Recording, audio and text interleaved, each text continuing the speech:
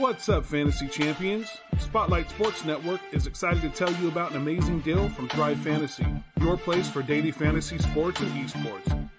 Right now, with promo code SS Network, Thrive Fantasy will match up to $50 of your first deposit. So go to thrivefantasy.com and sign up now with promo code SS Network. That's thrivefantasy.com, promo code SS Network.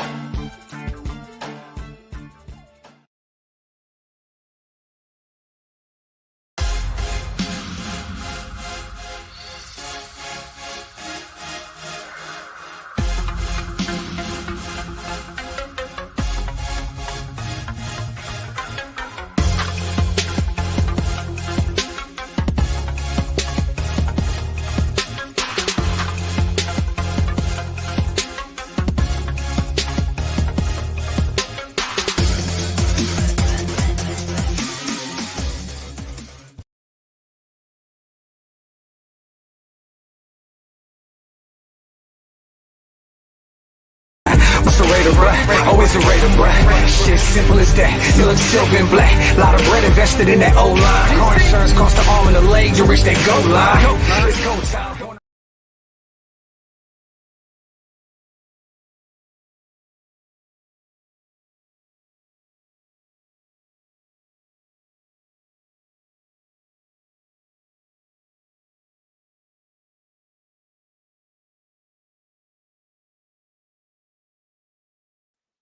What up, what up, what up, what up, what up, what up, what up, what up, what up, what up? What's up, everybody? What's going on? What's going on? Good afternoon. Good afternoon. Good afternoon. It is the Spotlight Raiders Talk. What is up, nation? What is up? Your boy is in the building. I am back with another Wednesday live stream for y'all. I don't plan on going live stream every day because I want to do a mixture of live streams and uploads at the same time. I know you've been keeping up with the uploads and everything of that nature. So we are going to have my brother from another mother, My City, My Game, aka Raider J77. He will be on here in a little bit, so you do not want to miss that. But I do want to shout out to everybody that's in here so far. So make sure you please come on in, hit that like button, and subscribe to the channel. It definitely supports the channel. If you want to become a member of the Spotlight Raiders Talk, the link is in the description. So make sure y'all go and follow and become a member of the Spotlight Raiders Talk. If you want to follow me on Facebook, follow me on Facebook at Spotlight Raiders Talk. Follow me on Twitter at Spotlight Art and Talk. If you want to, follow me on Instagram at Spotlight Raiders Talk. We really do appreciate everybody coming in for the love and the support for the Spotlight Raiders Talk channel. And if you want to go over and support my second channel, which is my colleagues over at the Spotlight Sports Network, make sure y'all go over there and shout out to spotlightsportsnetwork.com and go get you some merch as well. We're definitely in here for everything. What's going on, everybody? So we're back live, and I know y'all seen a lot of roster moves, but we're going to get up. We definitely want to get things started right now with everybody saying what's going on right away. He was the first one to comment. What's going on right away? Thank you for coming on to the nation. We really do appreciate that, brother. Dominique 5 said what's good. Jeffrey says what's good. DCR to the second power afternoon Spotlight Raider Nation. What's going on? Aaron says what's up. Jeffrey says from Cali, but I'm repping the nation in North Carolina. Facts. What's going on, Jesse Guerrero? Yo, Spotlight. How's KJ Wright looking in training camp, brother? Well, training camp is not over. I mean, training camp is over. They're actually practicing for week 1 right now. BL Raiders. OG Faye. What's up, OG Faye? What's goody, my guy? How the fans can honestly look at this team and think we stand a chance with how horrible we picked up talent. Joe, I disagree with you there 100%, bro. I disagree with you there. I think we picked up enough talent for us to be better this year. I don't know what you're seeing. I don't know what you're looking at. So, hey, it is what it is. That's your opinion. Our draft picks has been a joke and a complete embarrassment. How would you know with the coaching staff that he had the last couple of years? The coaching staff stink. You just can't blame the players. You got to blame the coaching too. What's up, Spotlight? What's going on? What's going on? New K6, what's going on? Raider Miacho, if I said that correctly. What's going on, my guy? What's going on, Ed Dryer Raider, if I said that wrong? Jeffrey said, Joe, you talking nonsense. Every Raiders fan know how excited about the season, just waiting to see how the players do. Fact. So Joe said, John is trying to find a piece to a team together to cast off vets. Every other team has more than talent than they do. I disagree. My thing is this: you have to mix young guys with vets. You have to. No matter what, you always got to mix vets with young talent. That's for any sport. That's for baseball, that's for basketball, that's for hockey, and that's for football. Every 4 major league sports, you're not going to win a game with just young players. You're not going to win championship with just young players. Look at Tom Brady. Look at Ndamukong Suh over in Tampa Bay. Look at those guys. They got a mixture of vets and they got a mixture of young guys they got in the draft. It's a big difference. But nothing but all love, Raider Nation. Vince, what's going on? What's up with Incognito? I haven't heard anything about Incognito just yet. Just here for the comments. What's up? What's going on, everybody? Shout out to everybody if I can't get to everybody. Water King Anonymous, what's up? Raider McClaw, I can't wait to see what we look like Monday night. I can't wait either. Incognito has not practiced over a month due to 38 great depth on a defensive line, huh? Joe Great, if you're a Raiders hater, bro, you can leave the chat. For real. If you're a Raiders hater, leave the chat, bro. Leave the chat. Because we're not here for that negative stuff. We winning Monday night, with or without you. What's going on, Toxic Falcons? What's going on? Cuban Raider, what's going on? What's up, everybody? To Miguel Ruiz, OG Fade, Joe Grant, he's look at the draft. Well, it doesn't matter. We can't think about everybody else. That's the problem with you, Joe. You're thinking about everybody else's team besides ours. Muse is on the practice squad for the Seattle Seahawks. He's no longer with us. He's no longer with us. Hold on, y'all. My guest is coming on right now, so just give me a second. Because my guest is coming on. Just give me 1 minute here.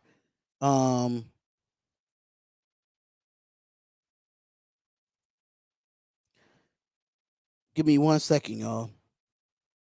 I'm trying to get my guest on here as we speak. So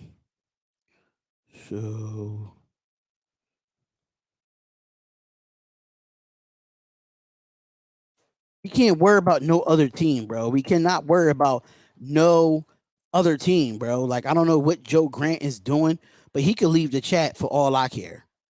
But what's up, Dante, King Savage, Raider Paulie, OG Fade, Capita Raiders Los. What's going on, everybody? What is up? Joe works for ESPN. Let him work for ESPN then. He a sucker.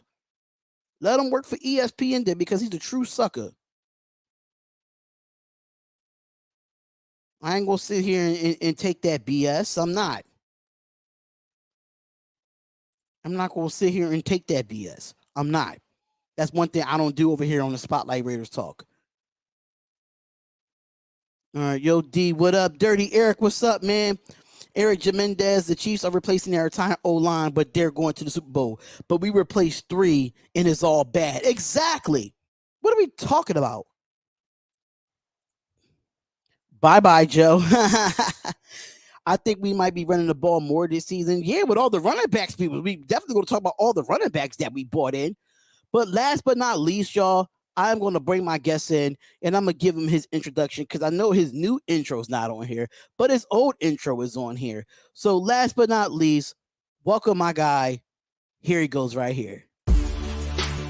Welcome to the My City, My Game pod show featuring Raider J77, your place for all things Raiders and all things Trailblazers. Brought to you by the Spotlight Sports Network. Make sure you like, subscribe, and hit the bell for notifications. Now let's go.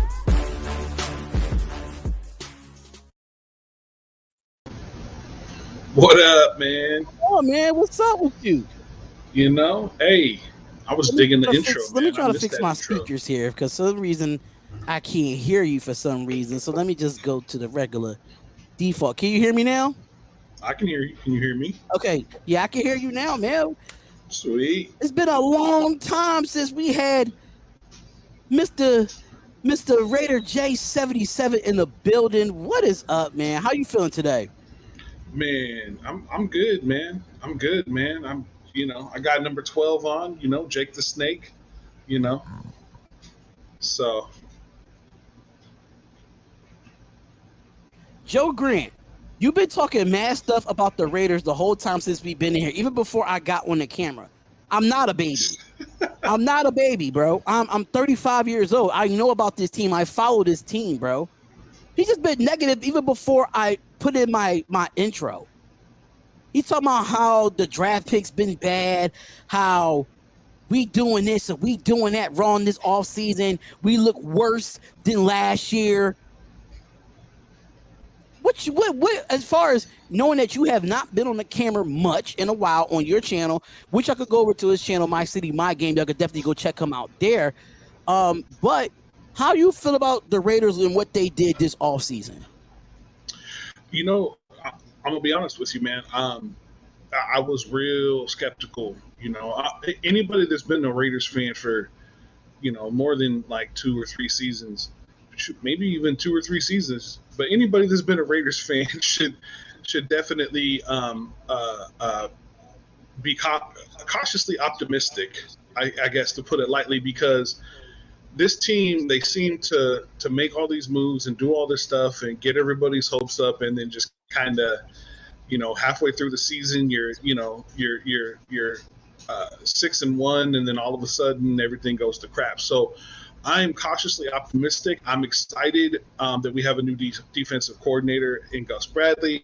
That was a huge thing, especially for me and you. If anybody goes back and looks at any of our videos from last season, especially at the end of last season, we were calling for Gunther's head, right? And so for them to make that move and bring in a new defensive coordinator, I'm excited about that. But again, I'm cautiously optimistic because this team will break your heart, man. They'll break your heart. But I like what they've done. I feel like what they've done, with bringing in Ngakoue and some of the other pieces that they brought in free agency, and even some of the drafts, the draft picks that they've made.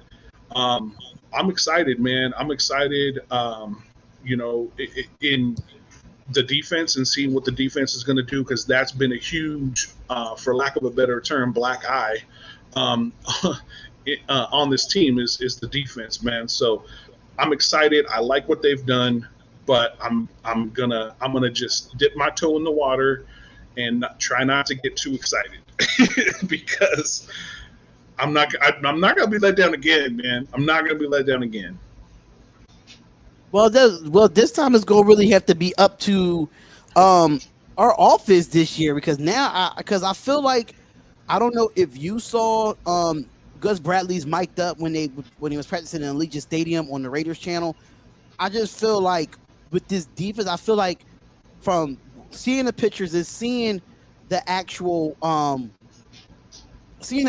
team in the way they react to Paul, not the difference between they react to Paul Gunther and the way they react to Gus Bradley.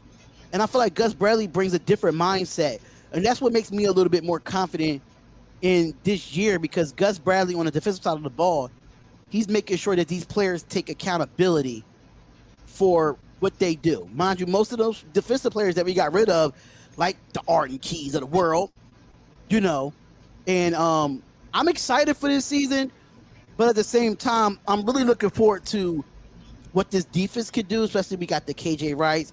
Nate Hobbs looked good this offseason as a rookie. We got our guy in Trayvon Merrick, the safety that we always wanted. Yada Ngakoue was kind of a shocker to me. I didn't know that we was going to actually go out and get him. But a lot of these vets that we're bringing in are Gus Bradley guys and played in this system. So do you feel like bringing in the Gus Bradley guys like Darius Fallon, Denzel Perriman, KJ Wright, Yannick, and I think it's another Casey Hayward. Casey Hayward is another one. Do you think that, how can I put it? Do you think that these veterans is going to help these younger guys like the Trayvon Millens, the Max Crosby, the Cleveland Farrells? And then you got Corey Littleton, that's another vet, but he's not a Gus Bradley guy. And then Wachowski, not a Gus Bradley guy, but is a vet on his team. Do you think it helps those young guys coming in, especially the rookies as well?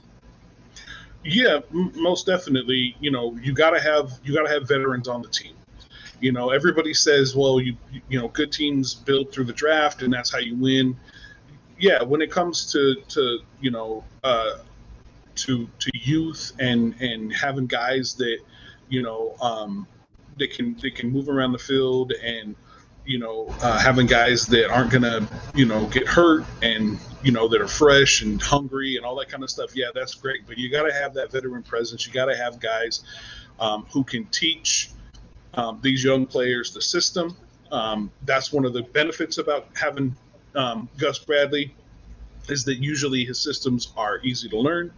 But yeah, that veteran presence, guys that have been there, guys that have seen different situations and stuff, and can keep these veterans from, or not veterans, these rookies and these young players from getting too high or too low when it comes to wins and losses and how things are going throughout the season. So I really think it just brings a level of experience and calmness and confidence to the locker room, which absolutely is vital in order for teams to win. So I'm all for it, man. I'm excited to see Denzel Perryman and see what he can do, because I know him and Kwiatkowski are going to be looks like they're going to be splitting the duties at middle linebacker. So I'm also, I'm also really excited to see what Corey Littleton is going to do in Gus Bradley's system, because when it came to Gunther, he stunk up the joint, man. Like, oh yeah, it was like the field was covered in manure every time Corey Littleton stepped on it.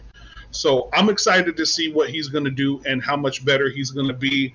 And then Nate Hobbs, man, the young guy, the rookie we just brought in. Oh man, I'm excited to see what he's going to do, because he showed out in preseason. So to answer your question, or long answer to a short question, veterans are necessary, and I'm going to try not to get too excited, but there's excitement there.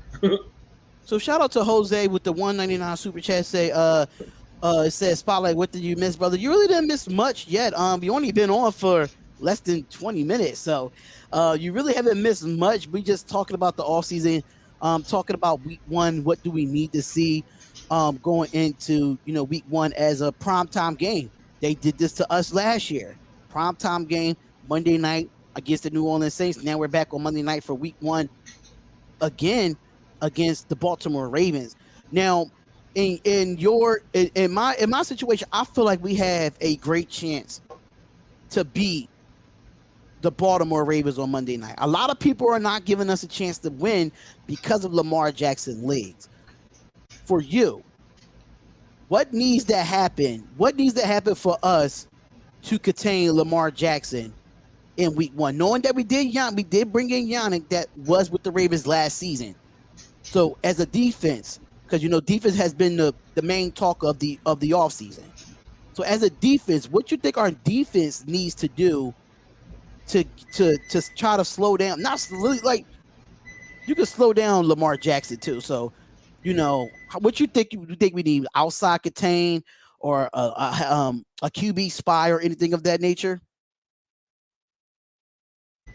Yeah. So I'm gonna say this. So when it comes to Lamar Jackson and keeping him contained, is you're gonna need a linebacker that can definitely spy. I think we're gonna be okay with that. I think a young guy like Nate Hobbs, maybe even Jonathan Abram, the heat-seeking missile.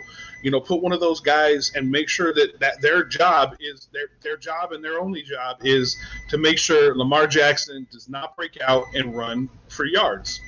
Plain and simple. Wrap up, tackle, clean tackle. Don't try to get cute with it. Just get back to fundamentals and get Lamar Jackson on the ground if he tries to break out and run. Because if he does and he gets free, bad day. It's a bad day, and we all know that. So that's, to me, I think that's really the key. Is linebackers and safeties are really going to have to show up and play, and not try to do too much and get too cute.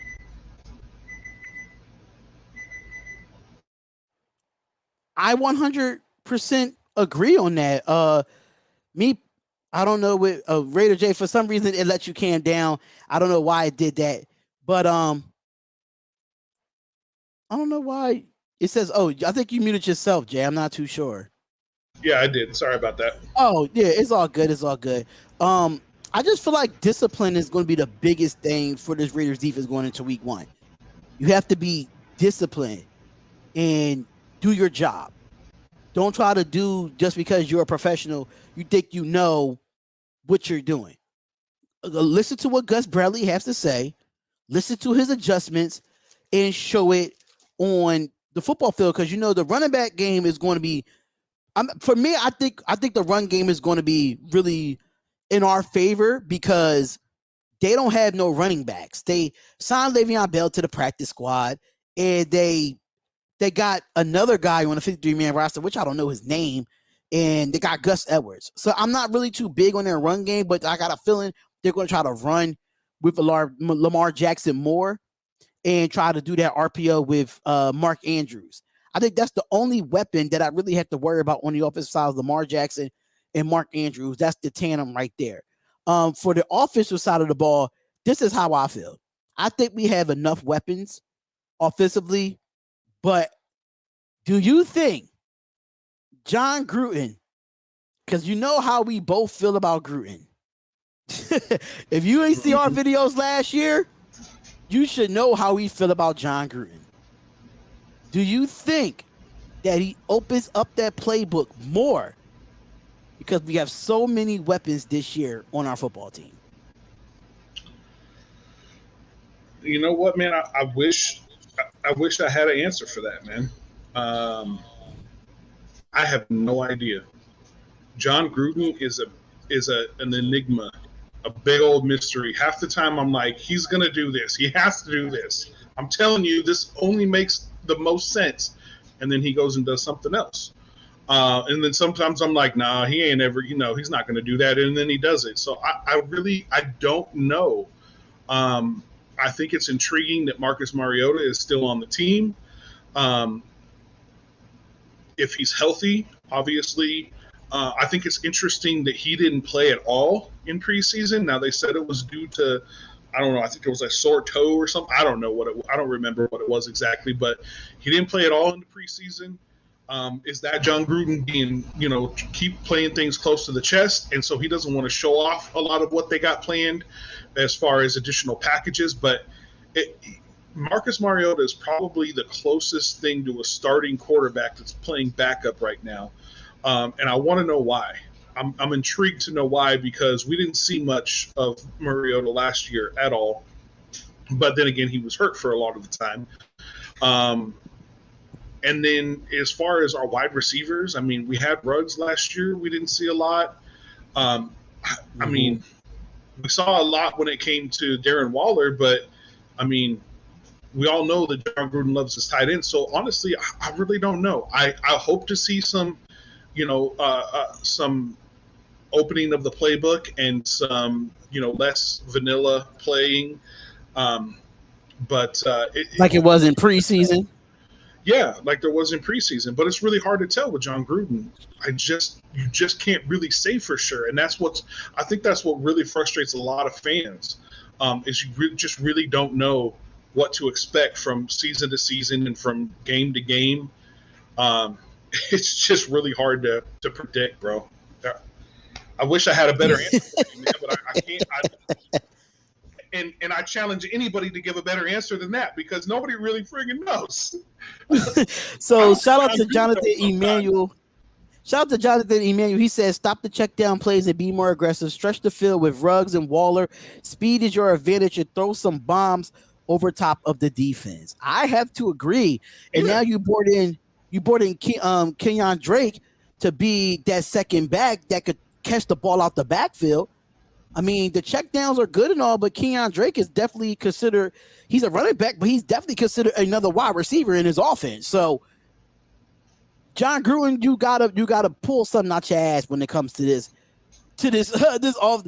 I mean, even though he was top 10 last year in offense, averaging 30 points a game, but we still ended the season bad. We still ended the season bad offensively and defensively. But if the defense can hold us up, the offense will be fine. That's what I think. That's what I'm thinking, in my opinion. But it's some other I don't know if they saw. I don't know if they did the official depth chart yet. I see it on Just Blog Baby, but I don't see the actual picture of the depth chart. So I don't know where you could find that unofficial depth chart. If anybody could tell me, please let me know. Please let me know if y'all do have questions for Raider J77 and myself. Make sure y'all put that in the chat. If y'all do want to subscribe to him, just put in. I see the way I have to search your name now on YouTube is My City, My Gang, Raider J77. If you want to put that all in, that's fine. But when I try to put it My City, My Game, it just didn't. It just didn't pop up. So I had to put the whole name in first. So yeah. So he said, see the depth chart and. They got Drake returning kickoffs with Ruggs. Why? Why do they have Drake returning kickoffs with Ruggs? See, this is my problem, right? You had a Dylan Stoner and a DJ Turner for these type of returns. You got a guy in Willie Snead that specializes in his outside of playing receiver. Why would you put a starting wide receiver and somebody that's going to get a lot of playing time in Kenyon Drake on kickoffs? It just doesn't make any sense to me. What you think about that? You know what? I don't know, man. I mean, unless that was their intention the whole time for bringing in Kenyon Drake, was to have him as a kick returner. They got Renfro as a kick returner and Ruggs. So, I guess they just want speed. They're just relying on the speed, but that makes me nervous, though. I mean, those are two of your top receivers, and you got them. You got them returning kicks. That's more opportunity to get hurt. I don't know, man. That makes me nervous, man. That really makes me nervous. I mean, they got Brian Edwards, as a starter. Above Hunter Renfro, which is interesting. Why wouldn't you have? I mean, maybe Willie Snead. You put Snead back there to return kicks. I don't know. I can't call it unless it makes sense that they would have had such a big wide receiver core. To put back there in returning kicks, or maybe they just don't believe in Ruggs. Maybe there's not a lot of plan to have Ruggs doing a lot, except for when they need a long bomb or something like that downfield to open it up. That's the only other thing I can figure. So Central Cali Raider Bear says, I'm okay with it. Let's see what these kids got. We need to win now. Can't be afraid of taking a chance, but it would be a difference of a season, good or bad. I can agree with that, but what was the point of bringing in a guy like David Moore? What was the point of bringing in a guy like Snead? What was the point of putting DJ Turner and Dylan Stoner on the practice squad where all of those have experience returning kicks? I'd rather put experience than inexperience in that position. And then we don't want Hunter Renfro to be taking kicks. He's too valuable to our offense offensively. Yeah, I mean, he's our number one slot receiver. Right. And he's not bad at his job either. So yeah, he's been the most reliable receiver that's been healthy since he's been drafted. For real. Besides that one time he got smacked in New York.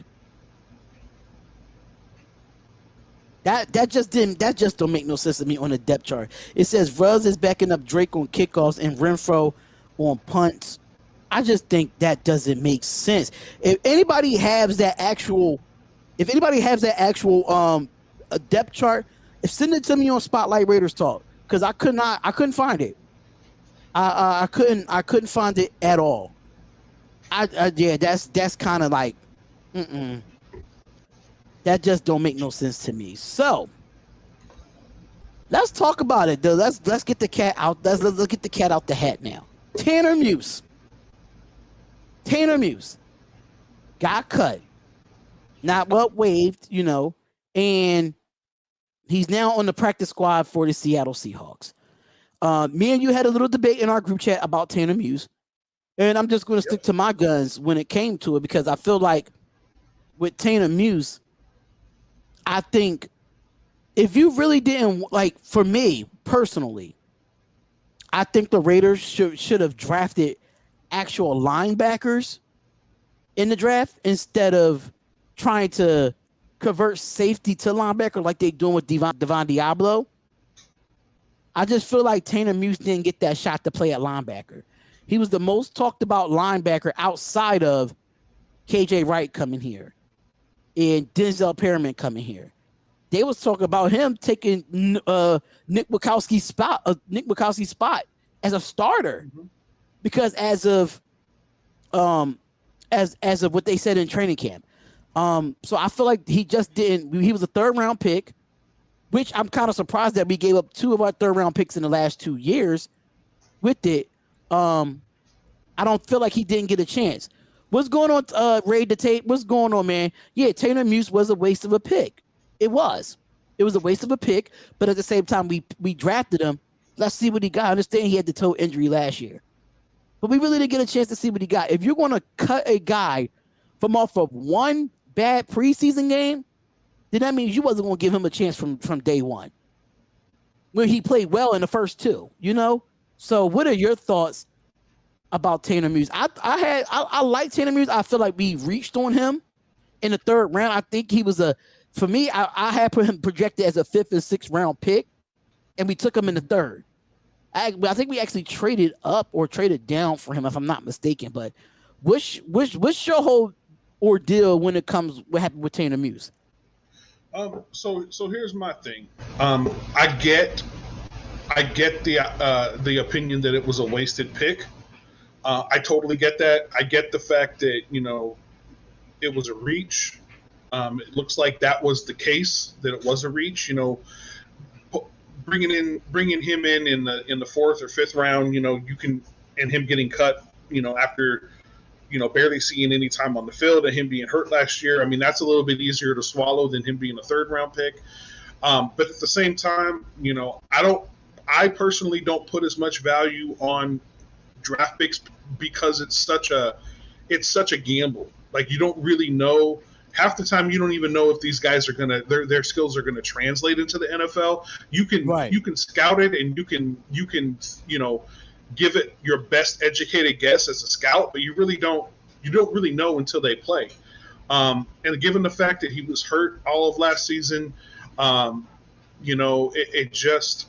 apparently he just wasn't as good as the other guys that were on the field. And I don't know, maybe they're valuing this idea of having veterans at that position, more veterans at that position than rookies, because technically he's a rookie. I mean, he didn't play at all last year. This would be technically his first season. Right. Maybe they just need more veteran players at that position, and I don't know if that's a John Gruden decision. I don't know if that's strictly a Gus Bradley decision, or Mayock, or all of them together. I'm not 100% sure, but it just sounds like that was one of those, just collateral damage. That was just one of those things that happens, and he happened to be picked in the 3rd round. Two of the 3 3rd round picks in that season are not on the team anymore. I get that, but if you look at the last 4 seasons and the amount of players that we still have on the roster that have been drafted in the last 3 seasons with Mayock, the majority of them are still with us. It is what it is. It's a draft, it's a gamble, and sometimes things just don't work out, and you end up wasting the 3rd round pick, and it sucks. But you know what? As long as we win, I really don't care. Just win, baby. That's all I care about. So Snoop Hernandez says, don't forget Muse wasn't a Gus Bradley pick. I understand he wasn't a Gus Bradley pick. But at the same time, my question is, you still have Gus Bradley. I mean, not Gus Bradley. You still have Paul Gunther guys on this roster. You still have Paul Gunther guys that they drafted. Mm-hmm. That is, so Rage of Tape says that. Hang on one sec, D. I'll be right back. Keep doing your thing. You said that's giving a pass on poor long-term decision making, though, because it's been more than once. It's a habit. But why we haven't been winning for poor decisions? I don't know why we haven't been winning. It's poor decisions on, for me. It's poor decisions on all levels.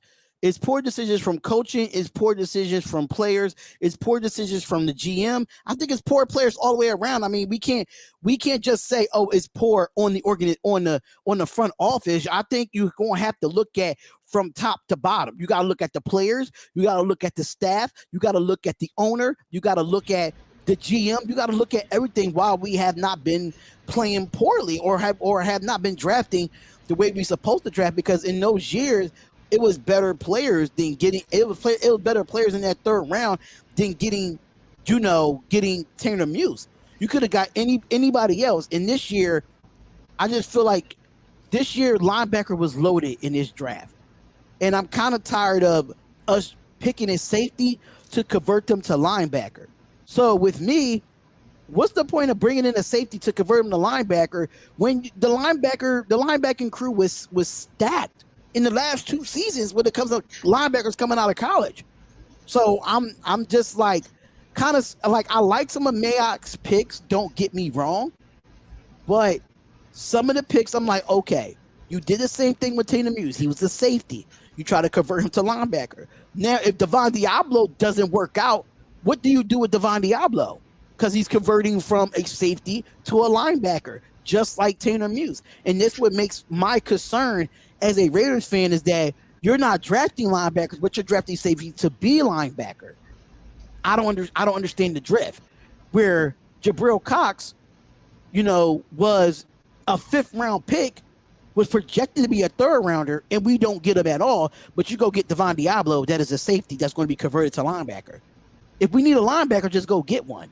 What you think about that? Yeah, and I agree. I agree with some things are a head scratcher, and it's hard to tell because we don't get to see everything. There's a lot of stuff that we don't see that the team sees, but it's really a question of whether or not we believe that John Gruden and the coaching staff can get the job done. Because if we believe they can get the job done, I don't care if a kicker is a linebacker or a wide receiver becomes a cornerback. Like, it really doesn't make any. I mean, it doesn't make any difference to me as long as the job gets done. That's why I love the motto "Just win, baby," because I don't care. It doesn't matter if your quarterback is 45 or 14. As long as they get the job done, it really doesn't make any difference. Not 14 years old, though. Right? But there was somebody that said something in the chat. Right here. Do they feel like late round gems like Crosby and Hobbs cancel out missing on a couple of 3rd rounders? That's the thing that you got to remember too, is that yes, we could have gotten somebody good at pick 3, and we could have gotten somebody a Max Crosby or a Hobbs. You can have both, but sometimes you can't have your cake and eat it too. Sometimes you miss on a guy in the 3rd round, but you hit on a guy in the 4th or 5th round. I mean, think about all the teams that didn't draft Aaron Rodgers. And what was he drafted in the 7th round or something like that? 6th or 7th round? You mean Tom Brady? Because Tom Brady, Aaron Rodgers. Yeah, because Aaron Rodgers was like, I think, the 2nd round, if I'm not mistaken. So he was a 1st round pick. Yeah. So supposedly, there are. Like I said, it's all a gamble. You don't really know. Guys that are drafted in late rounds have early round talent, and early rounds have late round talent. I mean, we have the situation with Cleve Farrell right now, where should he have been the 4th overall pick? I don't know. But he's a decent player, and we got a guy like Max Crosby in the 4th or 5th round. So, it's just those situations where you just have to take what you get, and if you miss on certain players, you miss on them, but we can't dwell on it. We can't be mad about it. We just gotta hope that everything works out. And and I mean, if you really look at the team, it's not a bad roster. There's definitely some talent on the team. Yeah, I'm just kind of concerned of if Diablo does not work out this year, he won't be with us next year, just because of what they just did with Tanner. That's just my only issue with this organization. I just feel like if Devon Diablo does not pan out as a linebacker in this season, they're going to try to cut him next year, and that's going to be another wasted draft pick. I think it's every year that is every year since Groot has been here, the only ones that really been valued to us was Amari Cooper and Khalil Mack, which we traded away for 1st-round picks to able to get like the Jonathan Abrams of the world and the Josh Jacobs of the world. So I can understand it in return, but you just got to think on a talent wise, Khalil Mack was a great hit. Amari Cooper, he didn't pan out for us, but that was understanding why we got rid of him. But I'm just saying, like, I don't know. It's just kind of nervous to me that we're not like we get a lot of vets, right? But we get rid of our young guys. And I feel like in the NFL, you have to have a mixture of both, in my opinion. You have to have the mixture of both. And if you're going to keep getting rid of young guys to get older guys, it's going back to the old days of the Raiders, in my opinion. Because KJ Wright is 34 years old. I understand he had his best year. He had one of his best years last year with Seattle. But KJ is 34 years old. He's almost the same age as me and played 10 years in this season. And he's only on a 1-year contract. So you got to think about it. Solomon Thomas, 1-year contract. Darius Fallon, 1-year contract. Quentin Jefferson, 1-year contract. Jonathan Hankins, 1-year contract. Casey Hayward, 1-year contract. You got to think of the 1-year contracts that we have. We don't know if they coming back next year, but we're relying on veterans. We're relying on veterans that's going to be here for 1 year, and we're not giving our young talent a chance. Hopefully, Nate Haas would be that guy, and Merrick would be that guy to give us that chance. But if Corey Littleton don't pan out, if Nick Wachowski don't pan out, what you do with their contracts? So it's give and take. It's give and take with me in this. I just feel like now you got all these 1-year players. What's next after next year? That's my thing with the whole situation here. So we're going. So we just hope Tanner Muse the best with the Seattle Seahawks, and hopefully we can. Hopefully he can, be a success. I just thought it was pretty rude what Tanner Muse and what the Raiders did. I don't know if you knew, Jay, but the same day they released him, they cut him on his birthday, number one. Yeah. So this is what they did. Even though KJ Wright is 32, he's still 10 years in this league as a linebacker.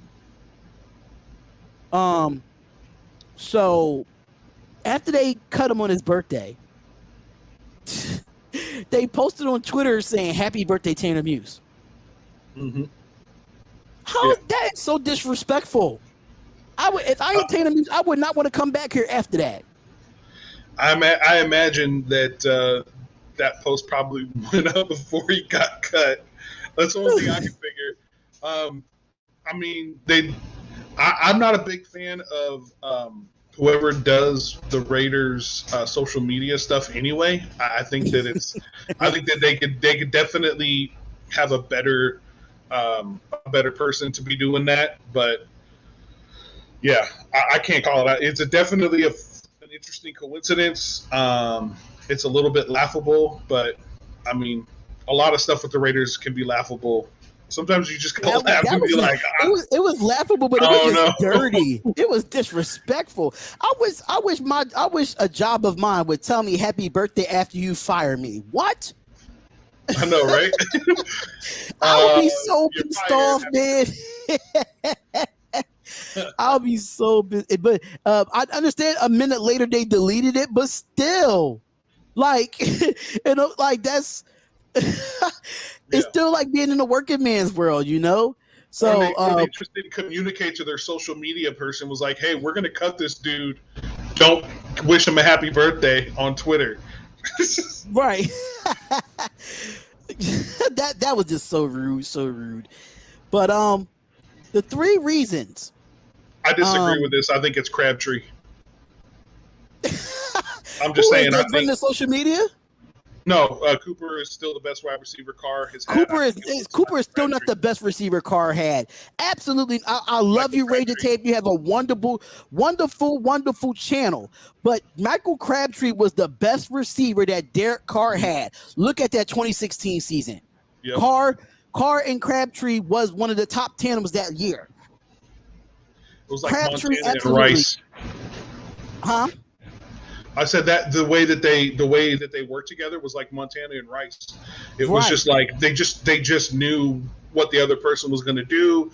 It was there. They clicked so well. Individually, not so much, but together, man, forced to be reckoned with for real. Yeah, if you could rely on Crabtree to be on that level with Derek Carr. That's why Derek Carr was one of those guys that was in MVP conversation, because he had a Crabtree. Cooper couldn't stay on the field, and Cooper didn't really do nothing. Yeah, he had a good rookie year. One of those years he had a good year. One year that was good year for us, but the one year that Crabtree was with us, in the year that Amari Cooper was with us, if you want to compare the two, Crabtree was the better receiver. Mm-hmm. Yep. I won't unsubscribe on your birthday spotlight. That's a good one right away. That's a good one. But yeah, Cooper wasn't consistent, King Savage. He wasn't consistent. So the 3 reasons. I saw this on justblogbaby.com. I was going to do a video on it. On the 3 reasons why the Las Vegas Raiders is going to beat the Baltimore Ravens. We're going to get actually into the preview of this. And they say the 3 reasons is, they said the first one they said was the defense. So we're going to sit here and put the defense on hold. Let me see if I can share this screen real quick and show the nation. Let's see if we could go to it. All right, so here we go.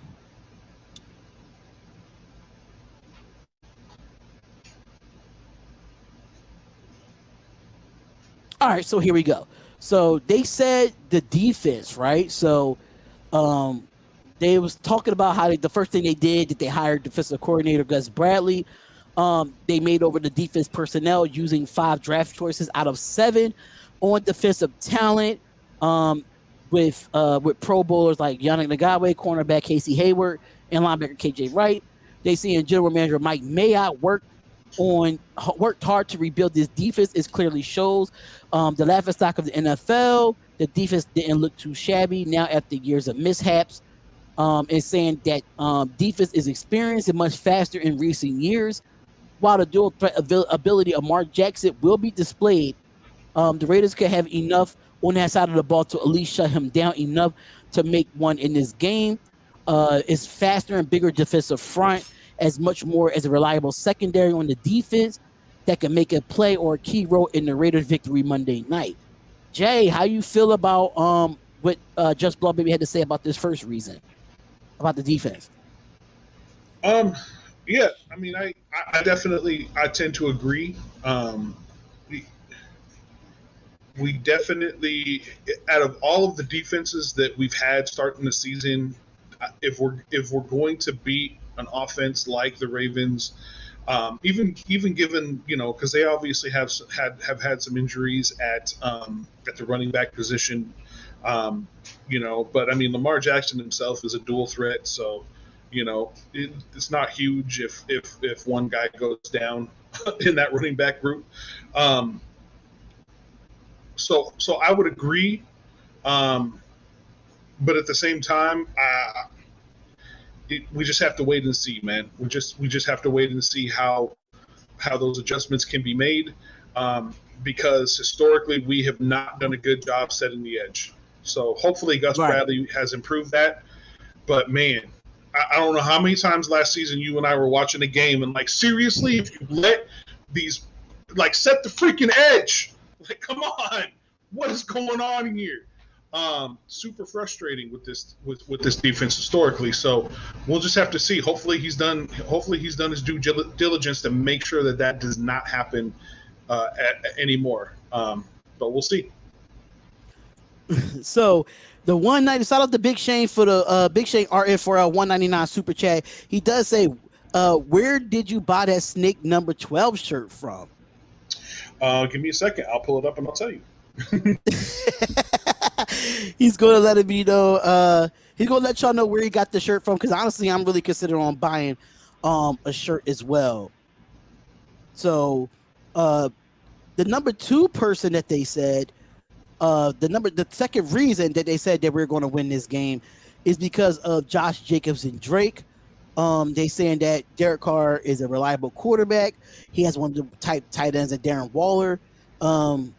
Actually, an up-and-coming younger receivers on the rise. Despite those players, the newly formed two-headed monster and running backs Josh Jacobs and Kenyon Drake. They're saying in 2020, not a year to remember for Josh Jacobs, despite his first Pro Bowl.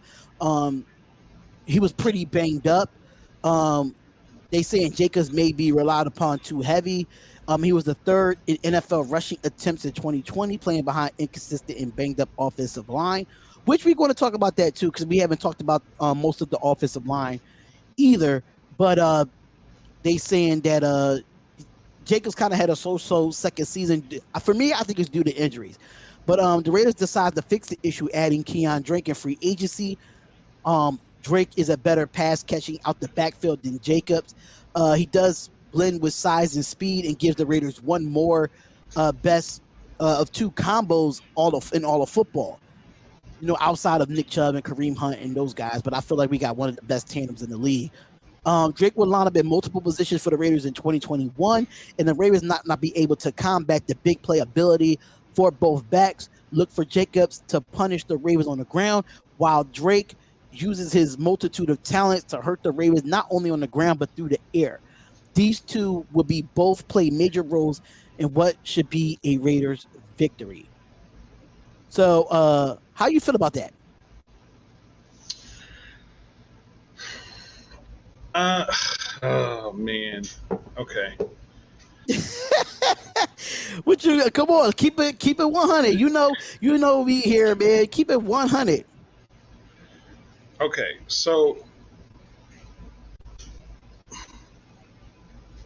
they decided to fix the issue by adding running back Kenyon Drake in free agency. I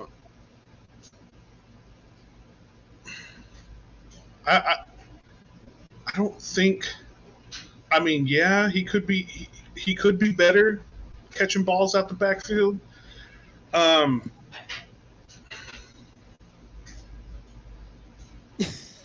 We found out they got you quiet on this one. Let me find out.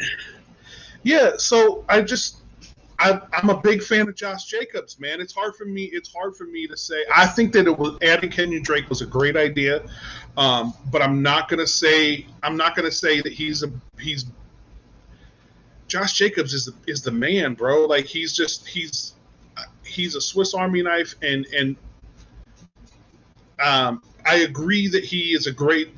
That is a great 1-2 punch. I totally agree with that, but I'm not going to say that he is that his speed is better, that his backfield catching ability is better. I'm just not going to say that. I can't say that. I think his pass catching ability is better than Jacobs. I think Jacobs still need to learn how to be a catching back as well. That's why I think they brought in Drake for.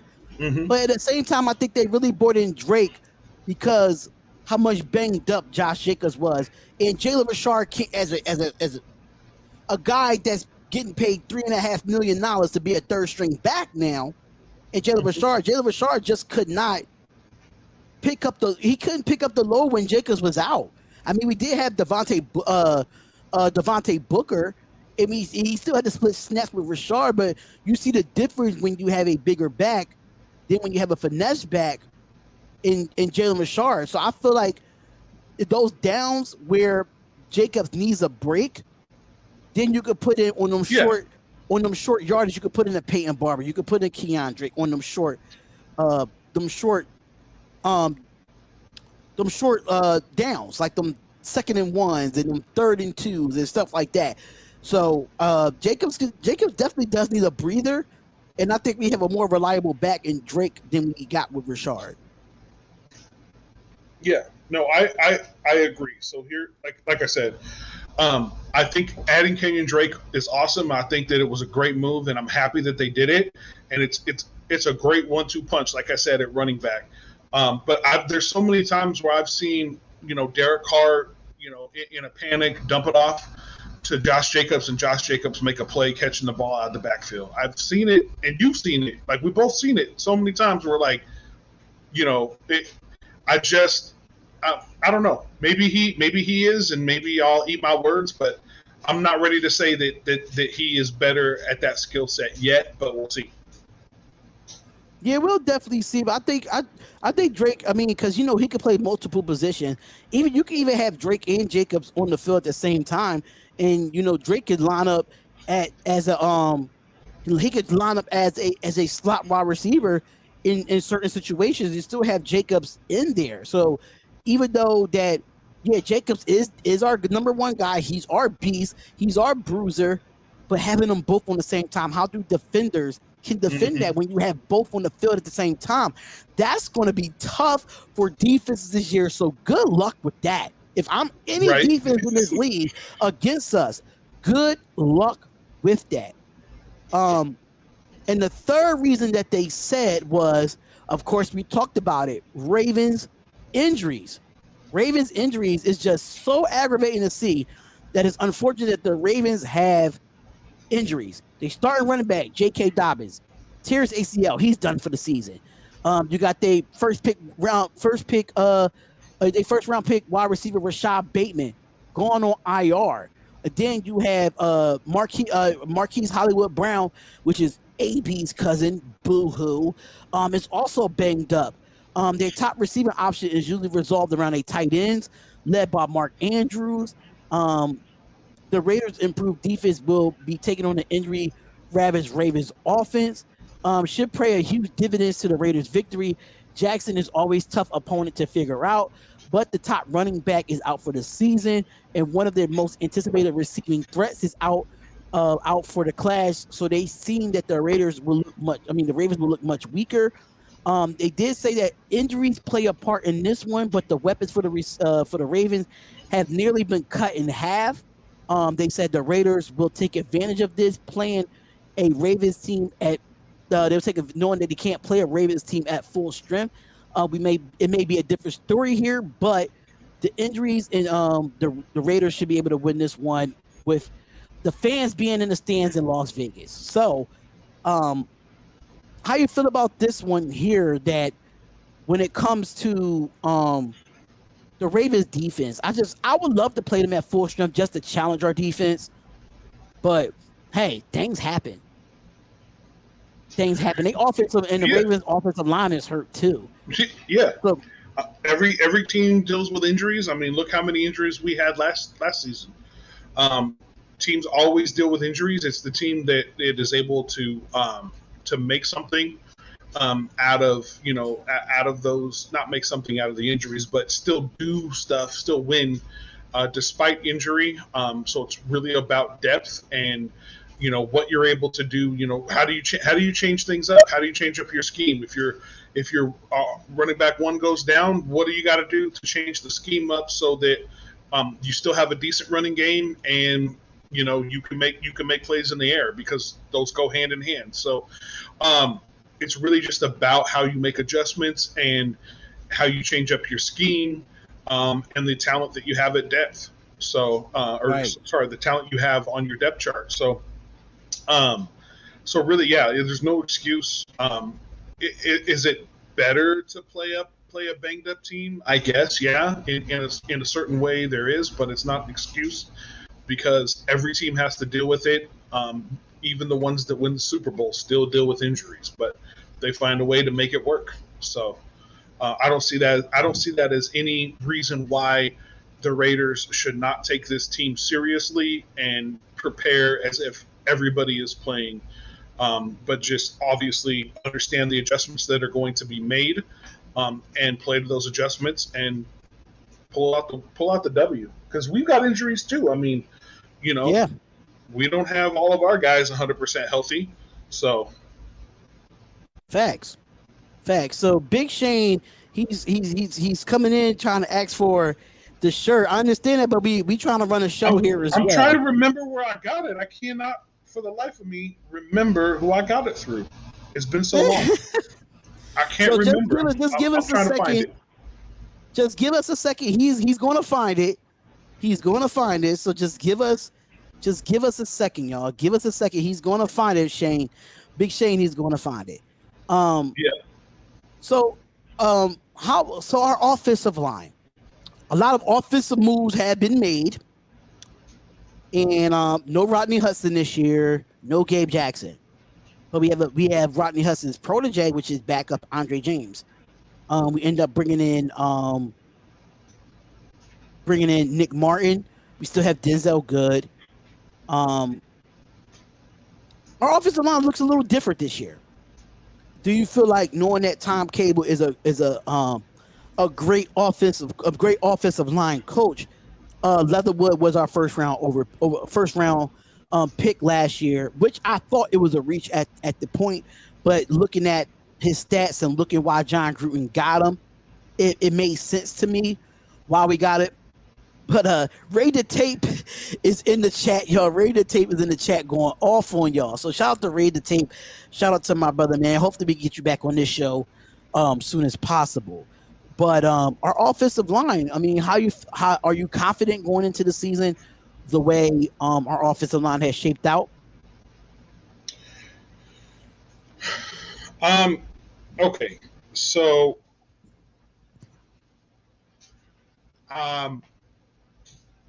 I don't know why folks would be worried about the right tackle position, because we didn't have a starting right tackle all of last season.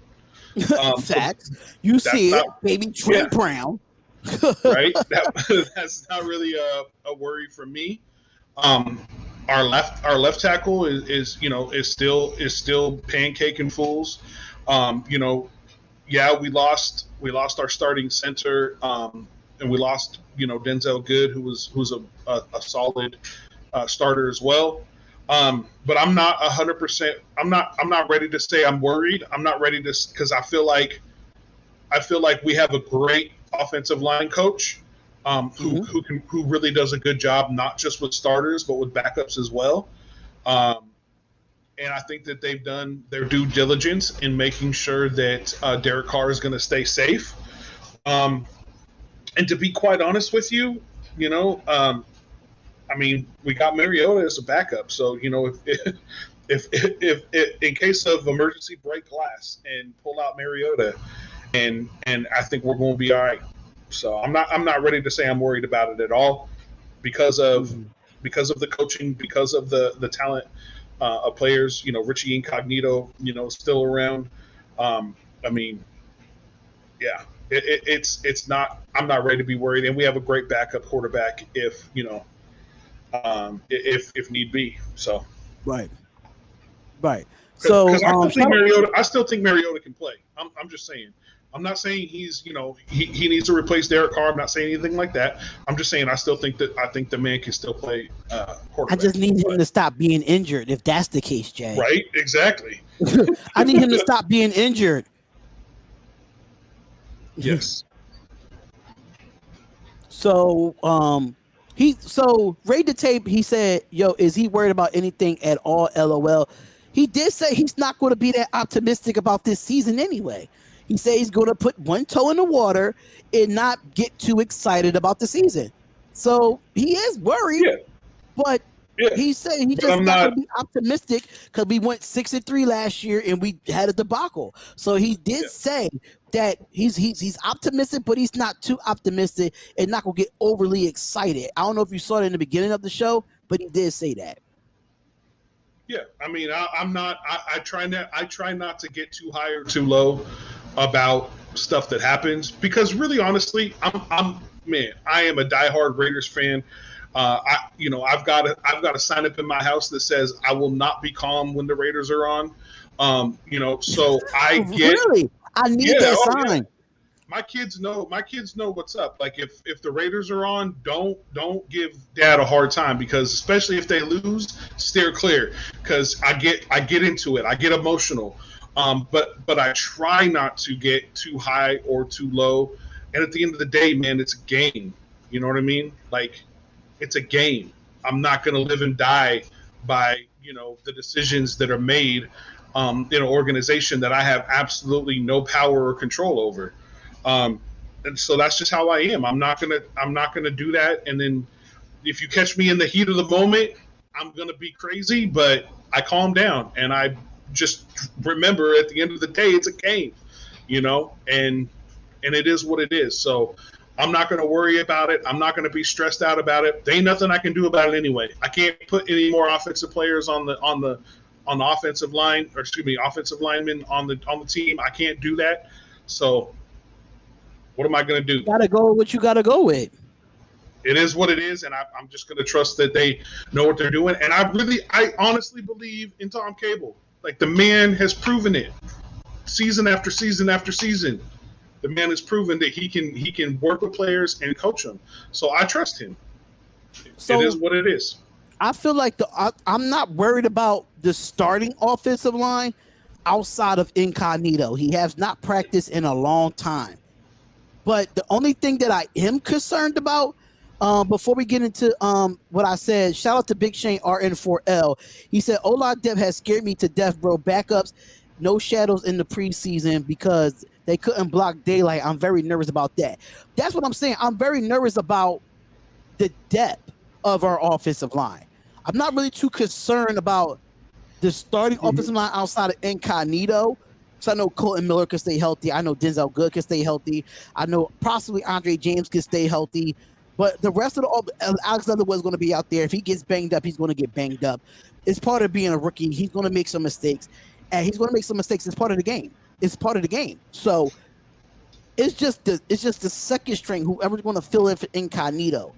That is going to be my biggest problem because our second unit for that offensive line is not great. John Simpson is not great. So if you put John Simpson there, then what?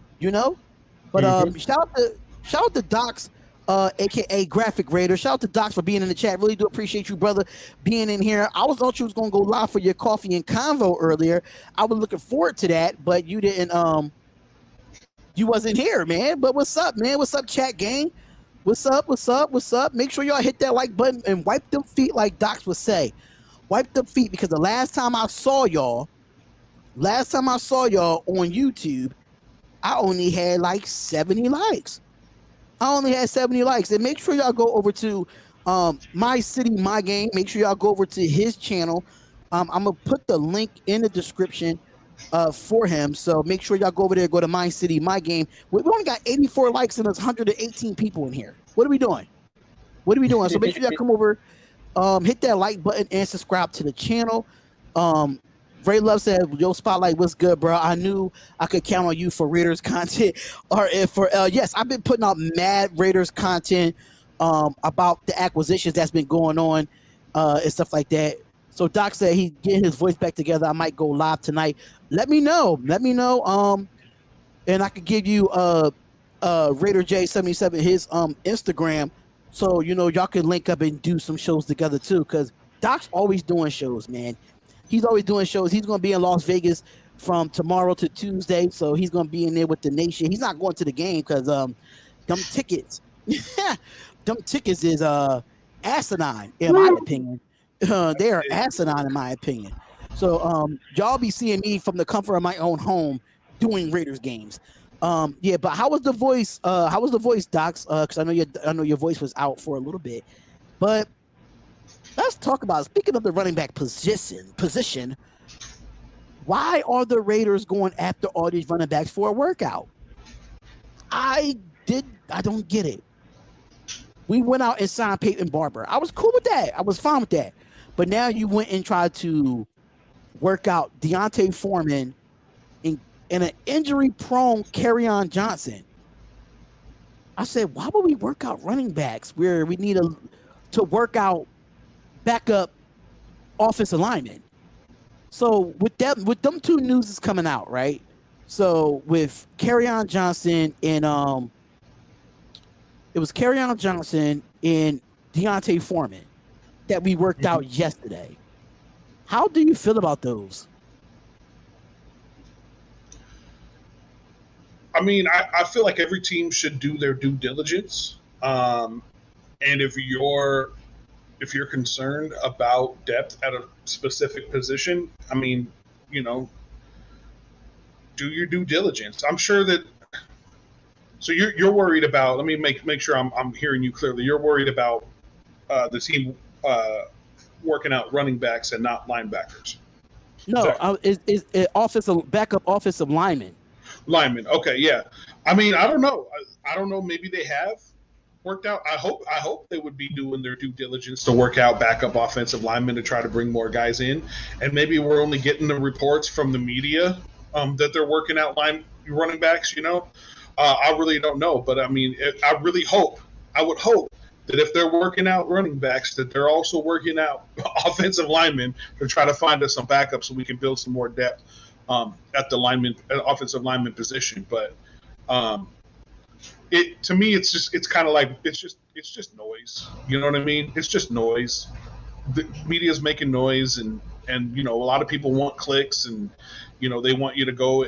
So I'm not gonna feed into it too much, but I really really do hope that they're doing their due diligence to try to build some depth at certain positions.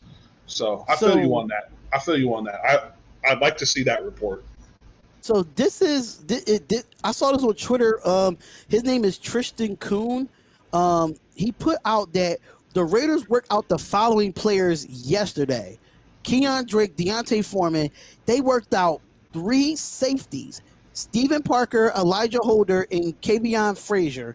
Then 3 linebackers: James Burgess, Dijon Harris, and linebacker / defensive end Carlos Kemp, and cornerback Kevon Seymour. So there was no offensive lineman on that list that the Raiders worked out. That concerns me. Yeah. That concerns me too. That concerns me that no offensive lineman was worked out. 3 safeties, 3 linebackers, a corner, and 2 running backs. That is crazy to me. So Tristan Kuhn is a Raider scout. Okay, that makes sense. I just feel like I didn't know that was Raider Scout. I did not know. If y'all have not followed Raider Scout on Instagram, that's where I get all my news from. But I was talking with him yesterday. I'm like, why is no offensive line being picked up? You know, so I feel like offensive line need to at least take a look at it. I mean, Schwartz is out there, but he has a back injury. DeCastro was out there, but he's coming off injury. But I know some offensive linemen out there on waivers or in free agency that we can go get to help this offensive line. That's it.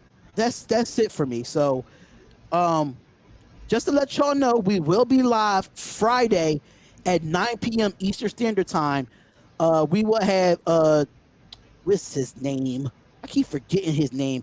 We're going to have TTB Ravens Media on here to have our breakdown between the Ravens and the Raiders pregame. I wouldn't say pregame, but it's going to be like what we usually do. We usually bring other YouTube content creators that our opponent is playing, usually bring them up. So make sure y'all in the building for that. That will be at 9 p.m. Eastern Standard Time. So I'm going to try to open up the lines. I'm gonna try to open up the lines. Just give me a second here while I try to set that up for y'all. I know y'all been begging for it. Oh, y'all gonna open up the lines, da da da. So that's what I'm going to do. I'm gonna open up the lines right now because y'all know the Raider Nation. They love the call in show. I'm telling you, they love when they love the call in, man. They love the call in. So let me do this. I'm gonna have to do it via Bluetooth because I was trying to find a way to do it without using Bluetooth, but I'm gonna have to do it this way. Hopefully, we get this thing working. All right, so it's actually set up. So it looked like people have been calling already. No, actually, this is from the third. My bad. We have a lot of missed calls on this app. So let me get the number for y'all. Hey, We have so I remembered where it was. It's called the T-shirt place, or where to get the T-shirts. One Nation Fanwear. That's what it's called. OneNationFanwear.com. Yep. OneNationFanwear.com. OneNationFanwear.com. And they got these shirts. I've got it pulled up right here. They got them. They got other T-shirts as well, but they got the. And then You said one. You said One Nation what? One Nation Fanwear. FANWEWEAR. One Nation Fanwear. One Nation Fanwear, right? Yep, Fanwear. Here, I'll put it in the chat. Oh, you got it? One Nation and they have big and tall. So why don't I be big and tall, man? I can't do big and short. Well, I'm saying they got big and they got big and tall and they got big and short. That's disrespectful, man. That's disrespectful to me. I'm short. I'm only 5'4". I got a big belly. They got regular sizes. So, but yeah, go check them out because all the proceeds go to the Ken Stabler Foundation. So, for those T-shirts. So I'm gonna put the link in the chat right here. OneNationFanwear.com. So make sure y'all definitely go get that shirt. That shirt is ridiculous, man. Speaking of Ken Stabler, there's my signed picture. I just like to show that off because, yeah, that's just what I like to do. So I did put it in the chat. OneNationFanwear.com. If y'all do want to call up to the show, the line is open. So, alrighty, here we go. And thank you for calling the Spotlight Raiders Talk. Who is this and where you calling from? You know who it is, big brother. Yeah, it's Brother Pete, man. How you been, brother? What's going on, man? How are you today? Oh, man, you know I'm out here grinding, but I'm feeling real good, bro. I'm just glad that you're back doing what you do best. You feel me? You were up in I heard you were up in the hospital or something, so I'm glad you're back and healthy, brother. Let's talk some Raiders football, baby. Thank you. And shout out to Samoan Raider in the chat. He said, those my guys, One Nation Fanwear also coming through for the nation. So shout out to Samoan Raider. If y'all have not subscribed to Samoan Raider, make sure y'all do. And shout out to Samoan. Facts. So what you got for us today, man? So listen here, brother. You know me, man. I'm on all your live. Even though I don't call in every time, I'm listening to everything you say. But one thing that I wanted to point out that I heard you guys were talking about was, I'm not trying to put words in your mouth, but it kind of sounds like you're tired of Raiders coaches drafting safeties and converting them to linebackers. Did I catch that right, or am I wrong? Yes, I'm kind of tired of okay, cool. Safeties converted to linebackers. No, I totally get what you're coming from. Now, one thing, I had to say something because what popped in my mind right away was, I think we can all agree that this game is changing. This game is changing every single year. Athletes are faster, they're bigger, they're quicker. It's a game that it's not what it used to be, and it continues to change on I would say every 5 years. So I mean, with that in mind, I kind of like how they're moving safeties to linebackers. Let me tell you why. First of all, we all know who Ray Lewis is, right? I think we can all agree, Yeah, Ray Lewis was We all know that, yeah. Yeah, I think we would all agree that he was, in my opinion, he's the best linebacker of all time, and I'm a Raider fan. But would you trust Ray Lewis covering Travis Kelce or Dan Waller? Answer me that question. In my opinion, I wouldn't trust Ray Lewis covering either. Because me personally, my point is, but in your argument, Ray Lewis wasn't a cover linebacker. But the thing about the draft, he wasn't a cover linebacker. But the thing about the draft, draft was deep with linebackers that can cover. So why go out and get a safety where you had a deep draft of linebackers that can cover? Mm-hmm. Got to think about that goes too. Back to what I was saying. Right. And I get that, but that goes back to what I was saying. How the game is changing.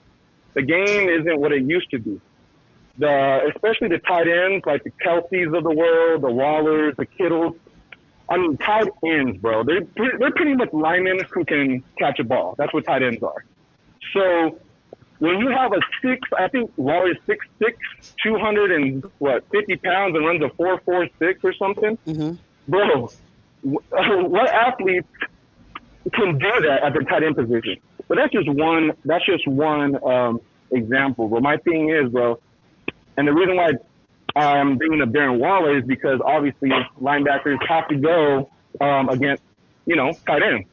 So, I mean, with the game changing, with the tight ends getting quicker, slot receivers, all that good stuff, we have to kind of mold into what the game is becoming. So, as a safety, you're back there, you have the whole field. You can see the whole entire field, right? So you have this half, or maybe you're, in the middle, like Morley's going to do, and he has to cover the whole back end, whatever.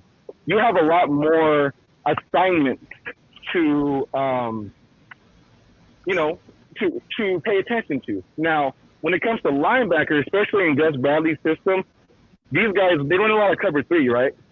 So, in my opinion, for a safety who's used to like covering a large amount of the field on the back end, to go down, not only are you seriously covering 1/3, if that, of what you used to, but on top of that, you're quicker or as quick as these tight ends nowadays or these slot receivers nowadays.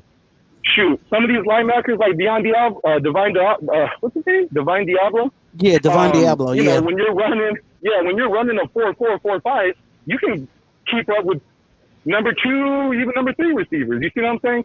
So my thing is, I like it because, nowadays these safeties like Divine Diablo and Abram, they're bulky. They look like linebackers. But what's scary is the speed these guys have to carry that amount of weight, to move the way they move.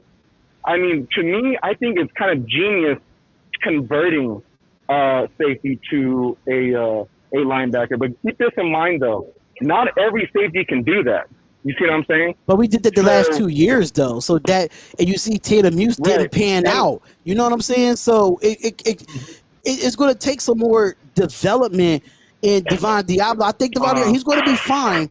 But I just feel like in this draft this year, we passed up on good linebackers for a safety to convert to a linebacker that could do the same thing that Divine Diablo can do.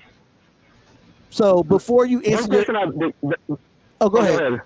Go ahead. Oh, so one thing I wanted to ask you was, we let go of Tatum Muse, right?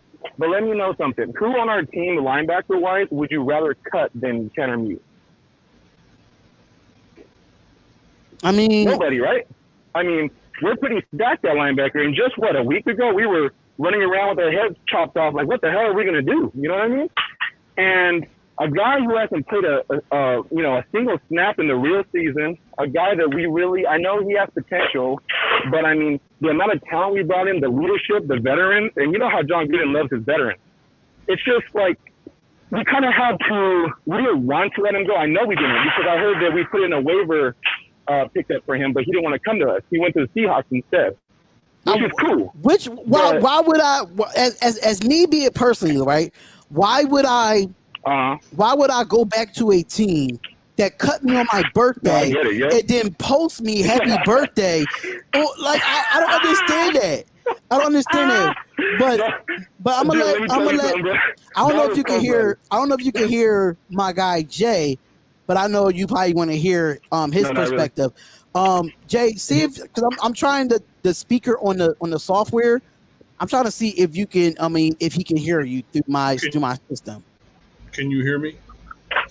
You talking to me or Jay? No, I'm talking to him.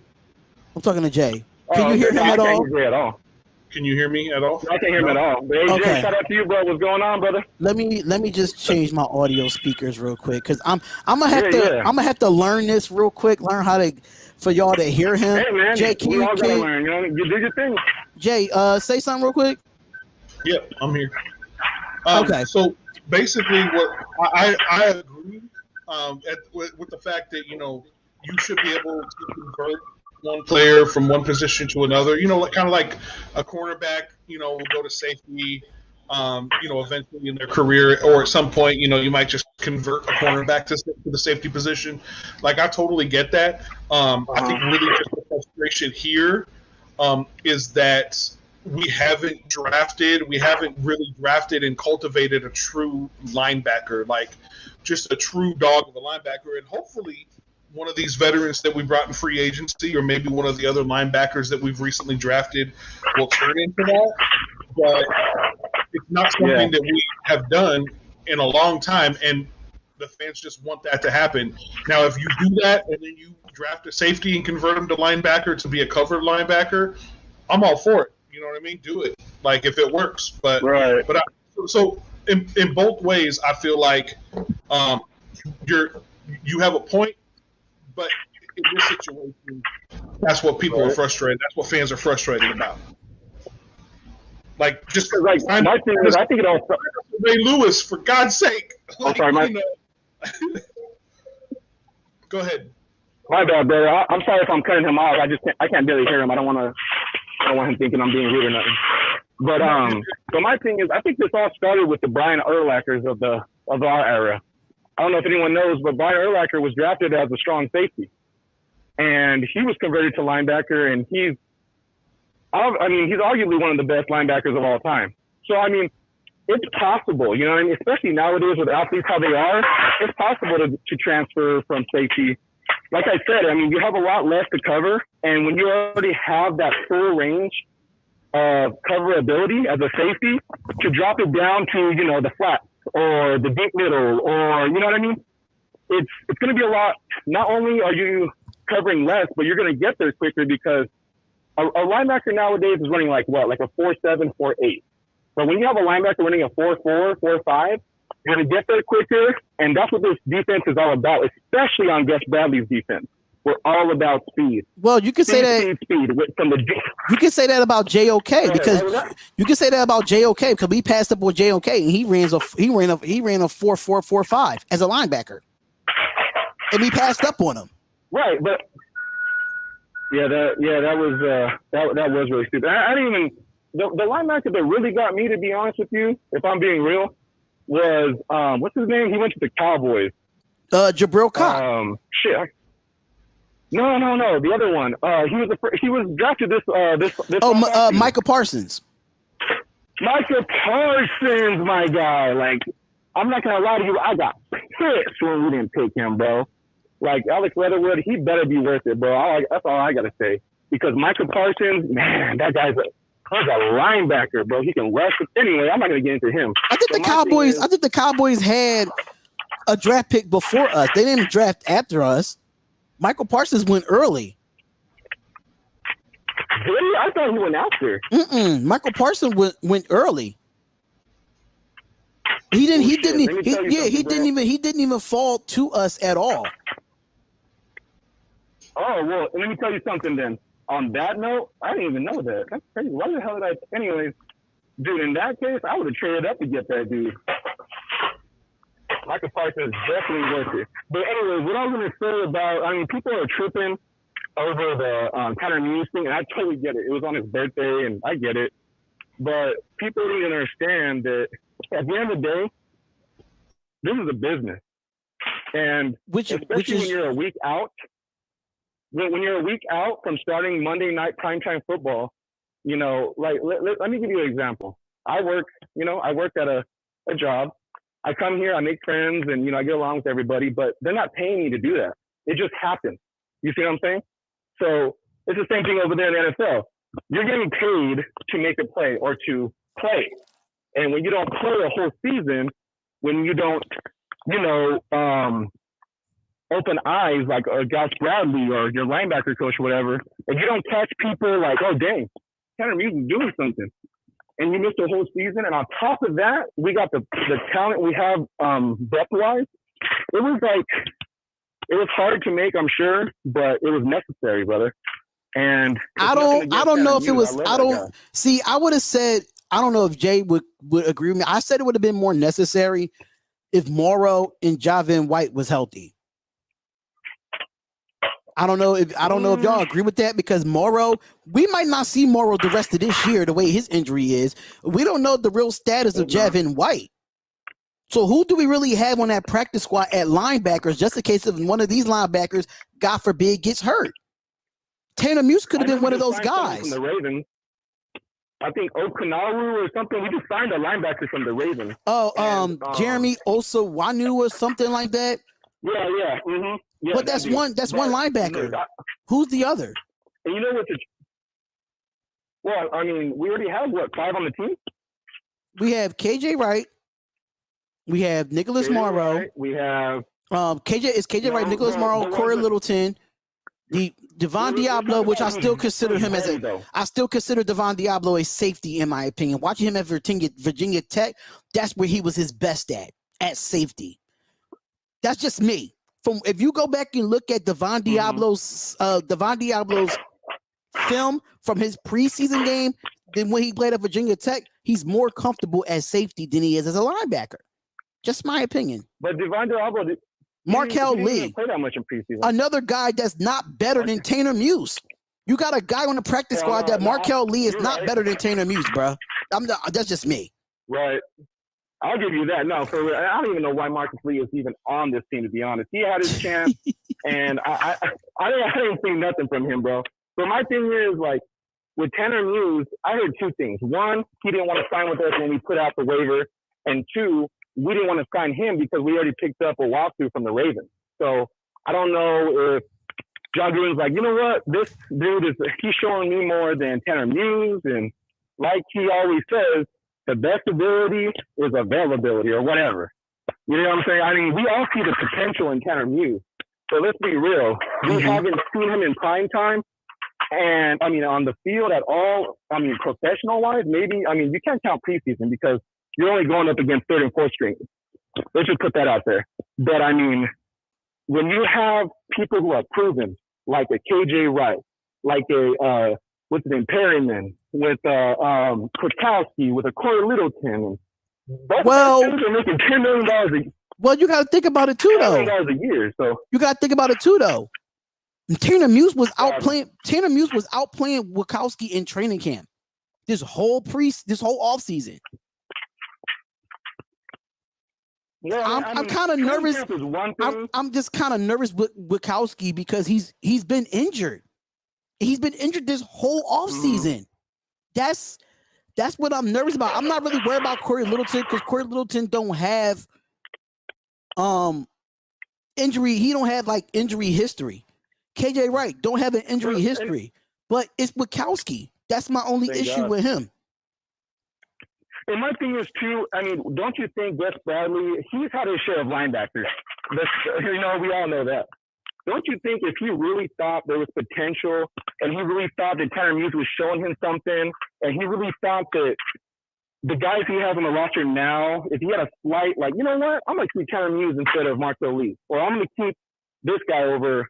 We aren't there in person during, drills and off season. Yeah, we see clips here and there, but let's keep it real. When we see clips as Raiders fans, we only see the highlights. We don't see the whole practice. So when Tanner Muse is out here making an interception or a tackle, how do we know the last 59 minutes he was playing, he didn't do shit? But You know what I'm saying? but So, don't. But my thing is this: to understand this is a business, but don't talk highly about a linebacker that might be able to take Bukowski's spot, and then you cut him. Why would you talk if he was doing bad? You could say that he was doing bad, but don't sugarcoat it. And that's my Well, and we and right. Jay knows from the past that I hate when the Raiders sugarcoat. Even with John Gruden at John Gruden at press conferences, he sugarcoat. That means that Gus Bradley sugarcoat about talking highly about Tanner Muse. Yeah. That's exactly what he did. He talked highly about him and then you cut him. Typical Raider shit. I know. Well, I wouldn't say Raiders shit. I would say Gruden shit. That's what Gruden does. That's not what the Raiders do. Well, but my thing is, when have you ever heard a press conference for any team, let alone the Raiders, for any team? Like, you know what? Like, we got him in the third round, but we're not really feeling too good about him. Like, I really do think that we're going to cut him. Like, you don't ever hear that. So obviously, when you make a pick, you want to make your team and yourself look good because no one's going to come out here like, damn, I fucked up, guys. My bad. Muse, you're going to get cut in about 2 weeks because we're going to go find another linebacker right about now. No one says that. So obviously, you know, sugarcoating, it comes with the business. We're not going to knock any player. You know, if you were to ask John Gruden right now, like, hey, tell us about Jamarcus Russell, he wouldn't say like, oh, he was a bust and he didn't do this. He would tell you like, you know, he's a good player. And, you know what I mean? No, he wouldn't. That's just what they do. No, they don't. I see some coaches. I see some coaches in the past talk bad about players. One, what's his name? Jim Moore from the Colts. Playoffs. This team ain't good enough to be playoffs. But you said that's just being real. He's being realistic. Something the Raiders is not doing right now. Like, we're not being realistic. You know what? I agree with you. You know what? Now I think of it, Gruden, he doesn't have to necessarily say like, oh, this dude sucks because he does this. He needs to say something like, you know what? Yada, yada, yada, but he really needs to work on his coverage, or he really needs to work on catching the ball. You know what I mean? He needs to keep it real. So I agree on that 100,000%. 100,000%. Facts. Because I get it. When you sugarcoat something, you know, people, they might actually think like, damn, maybe I'm not fucking up as bad as I am. You see what I'm saying? So I get where you're coming from with that. So he needs to keep it more real. I get that. I'll give you props. So before is, bro, the only issue I have with our team, and you nailed it, bro. It's not our starting O-line. It's our fucking depth. And it's pissing me off how every time I wake up to look at Raiders news, we find a damn position we do not need to shine. We don't need running back depth. We don't need defensive line depth. We don't need, you know, who else did we sign? We think we signed a safety, or we worked out a safety. We worked out 3 safeties, 2 running backs, 3 linebackers, and a corner. Oh gosh, like what the fuck? Like where are the guards? Where are the tackles? And you know what? And I'm glad that we brought this up because that's one of the points I wanted to give you. Yeah, Tom Cable's a good O-line coach. I'll give him that. But let's not put it all on Gruden. How do we know that Tom Cable isn't like, oh no, Brian Parker, he's showing I see the potential. Just don't sign anyone else. We have our backup. I think Simpson and Parker, they'll develop and they'll make it. And I'll be honest with you, we still have to see what Simpson does. But Parker, he's done. He's had years to prove that he's a good tackle, and he continues to get beat in the preseason and regular season. And going back to what you said about sugarcoating, John Gruden just called him one of the best swing tackles in the league. I seriously wanted to throw my freaking coffee at the freaking TV when I saw that. And I was like, this dude is not one of the top swing tackles. Give me a break. I'm pretty sure there's veteran depth out there we can sign that is a lot better than what we have now. But the problem is with the Raiders is they want to, quote unquote, develop players. But when you have Brandon Parker not doing shit, I don't know why he's still on the team. And then we have Simpson struggling in the preseason. It's like, and then now we have Richie Incognito not practicing. I'm hoping they're not practicing because they want to rest him like they did Josh Jacobs.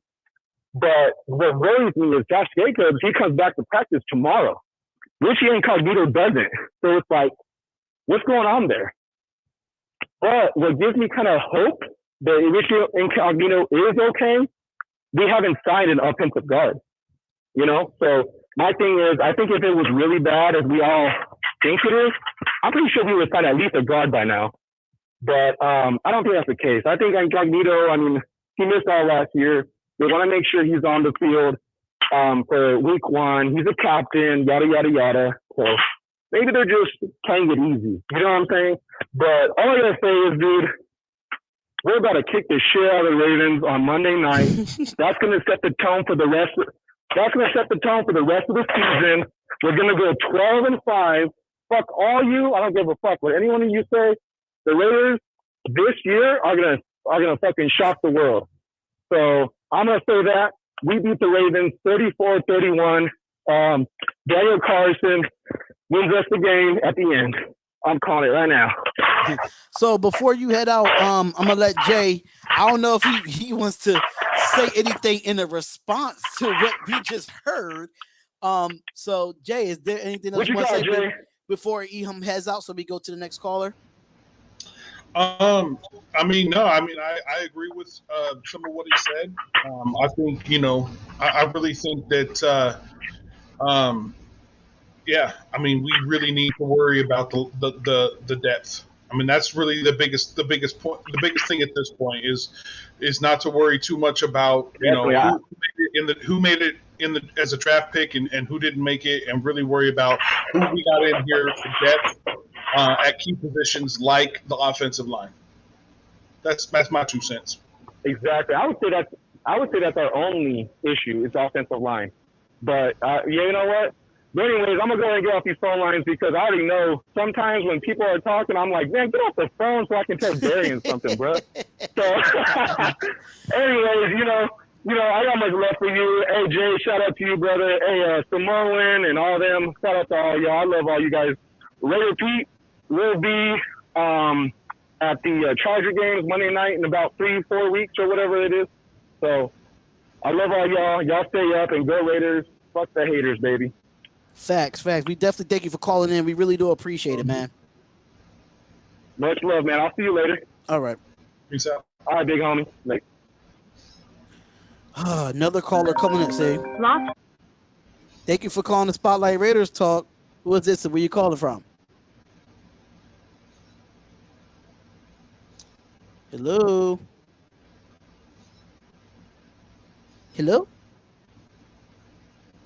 I guess they will call back.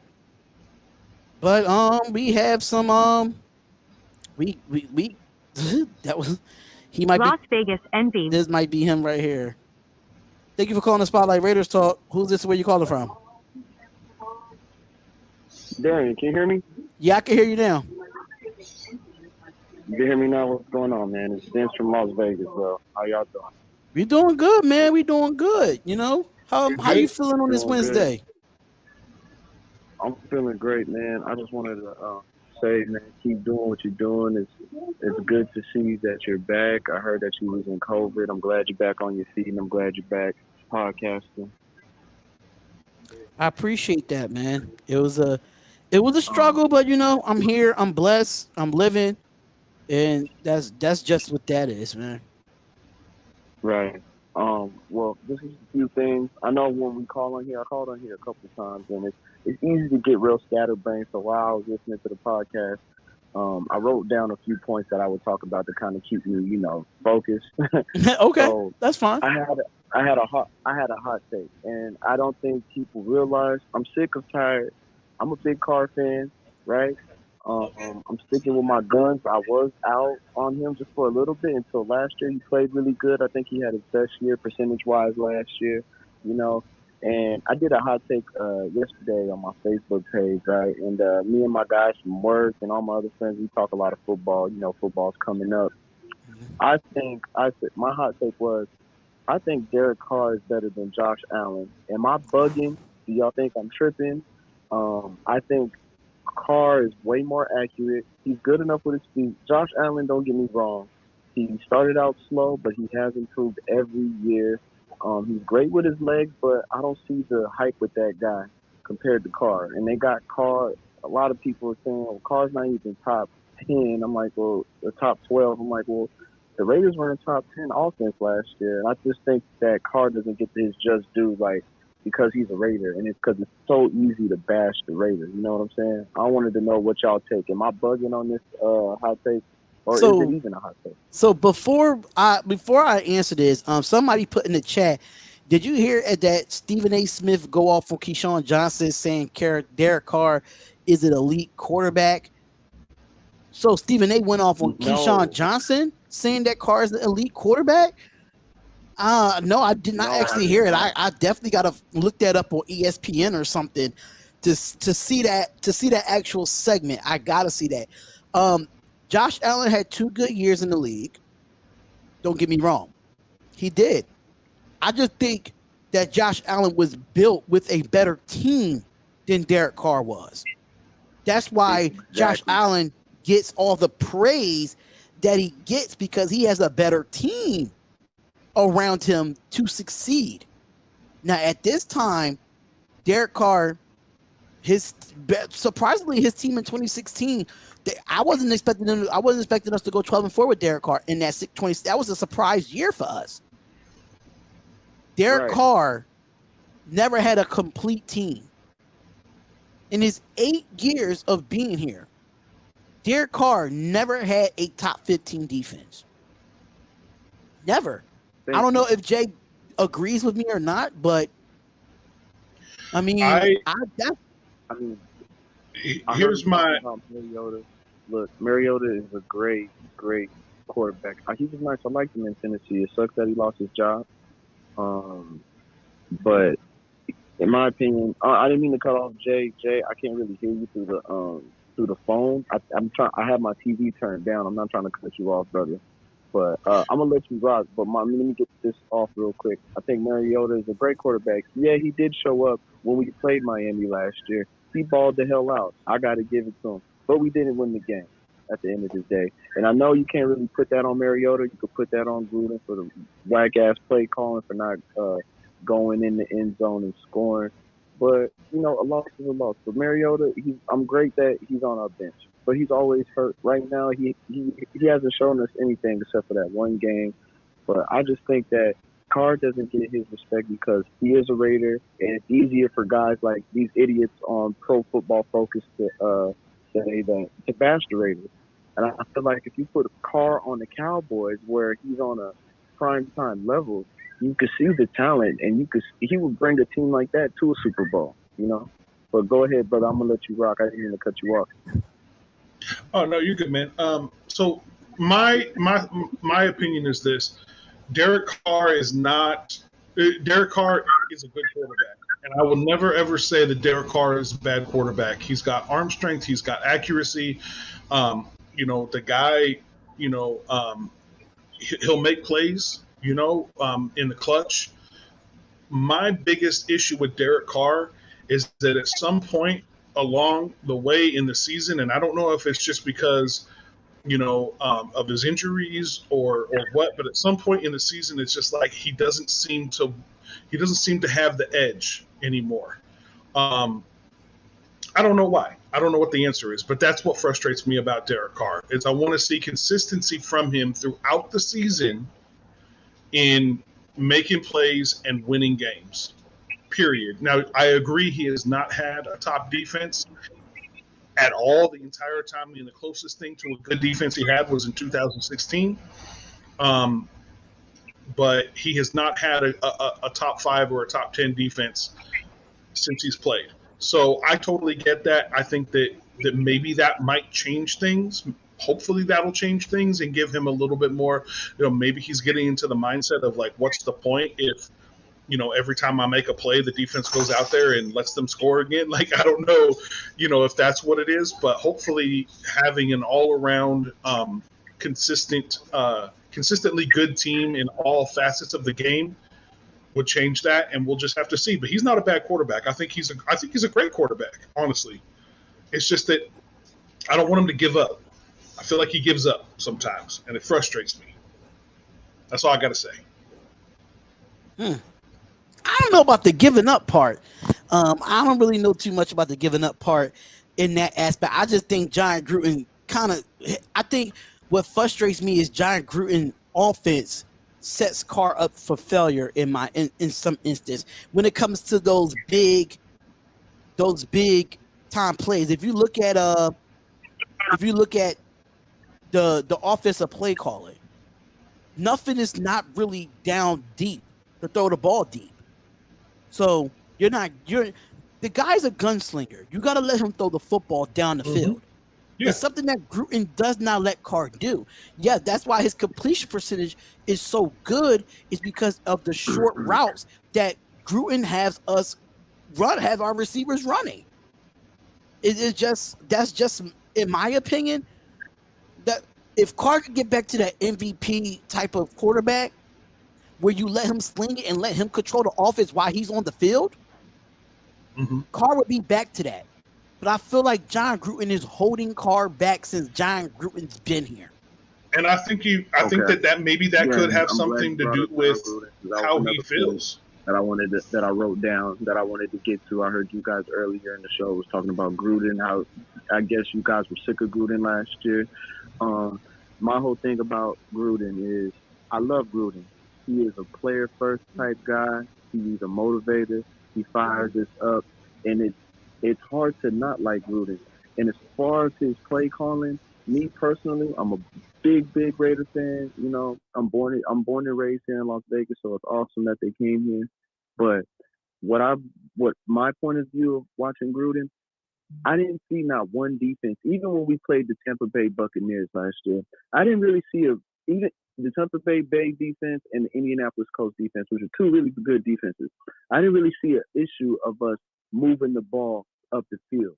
I think Gruden's issue is in the red zone. That's all. I think he gets a little too complacent.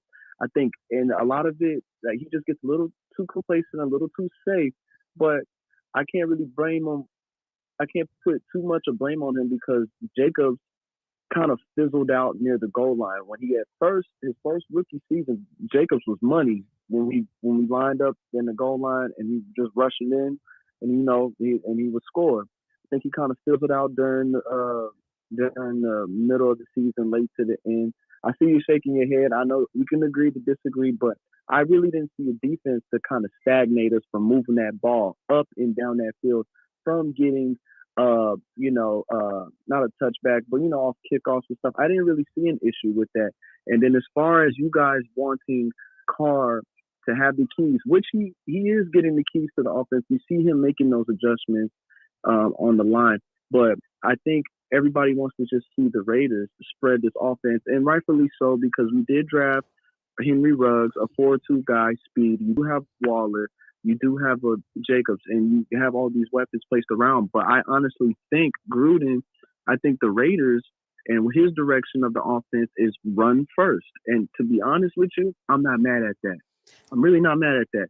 Run the ball. That's going to open up the offense. I understand you guys, you want to see bombs away. You want to see like how Green Bay is. But I don't see no problem with that. I think the only problem I have with Gruden is the red zone call. What's your take on that, Dan? Yes, red zone has been an issue. I can agree with that. But what I have to disagree with you on, if you go back and look at that Patriots game, we couldn't move the ball on the Patriots. Look at that Falcons game. We couldn't move the ball in the Falcons game. We got blown out in those two games, which those two teams didn't really have great defenses, and we couldn't move the ball on them. So that's 2 games out of the majority of the year. Number 2, I understand this is a run-first offense, but sometimes in your playbook, you have to be unpredictable. And Gruden is predictable. Every first down, watch, when I do the live play-by-play and reactions of the Ravens game on Monday night, I would not be surprised the first 2 to 3 plays on offense is run. How should I know that as just a YouTuber? That means I already know how to defend you, because I already know that what's the scheme going to be like on first and second down. You're going to run the football. I understand it's run first. You want to give it to Josh Jacobs, cool, but sometimes you're going to have to open up your playbook. You're going to have to open it. Sometimes you can go in a shotgun and run a zone read with Josh Jacobs. That's what he ran in Alabama. That's what Drake ran in Alabama, was zone read. You can go to that. You got to play the player's strength. Josh Jacobs was a downhill runner in a zone read offense in Alabama. That's crazy to me. He was a downhill runner. You can see all the running backs that came out of Alabama. They played 90% of their 90% of their plays out of shotgun. The I formation is getting old in the NFL. You could use it in the red zone, yes, but on first down after a kickoff, and you know that you're going to run the ball to Jacobs on the first play, I shouldn't know that. I shouldn't know that. That's my only problem with John Gruden. He could be very conservative where we moving the football, right? We're moving the football. We get past the 50. And then he runs the ball on 3 downs. 3 downs. Why I understand first down, you run the ball. Second down, you can run a play action. If you on a shorter yardage situation, then you go back to your run. But don't make all 3 downs a running downs. That's predictable to me. I understand. You did hit me back. You do have make valid points with that Atlanta game, and you did make valid points. Well, the Patriots game, I watched that game. The first half, the Raiders was competitive.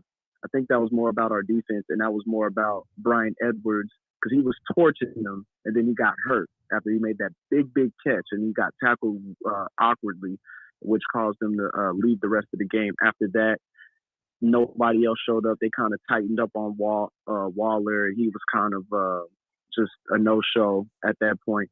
I think that the first half of the New England game, it was back and forth. But yeah, as soon as Edwards went down, which he was torching these kids, and that kind of brings me to this other point that I wanted to get into with you two guys, is this new offense. Now, I'm hearing, I think we have one guy, I've been watching the show since it started today, and I think we have one guy that was just hating on it from the beginning of the show, talking about we were hit missing. The way I feel this, and I think, Jay, you said something about being skeptical about the season, and I'm excited, don't get me wrong. Come on, football's back, and, we're ready for Monday night, but I'm a little skeptical. We just let go of, John Brown asked to be released. I know Ruggs is in his second year, but he's still like a X factor. I don't know what I'm gonna get out of this kid. I'm actually excited for Brian Edwards, but I really loved Aguilar. I wish we would have kept him. I don't know what this new offensive line is gonna bring us. He lost Rodney Hudson, and we lost a lot of good guys, even though Trent didn't want to play with us, but we lost another a star tackle, We'll see what Colton does. Colton looks like he's a promising guy. But on the offensive side, I know Carr is hungry. I think Carr is hungry. I think he's itching. I think Waller's going to have a breakout year, like another standout year.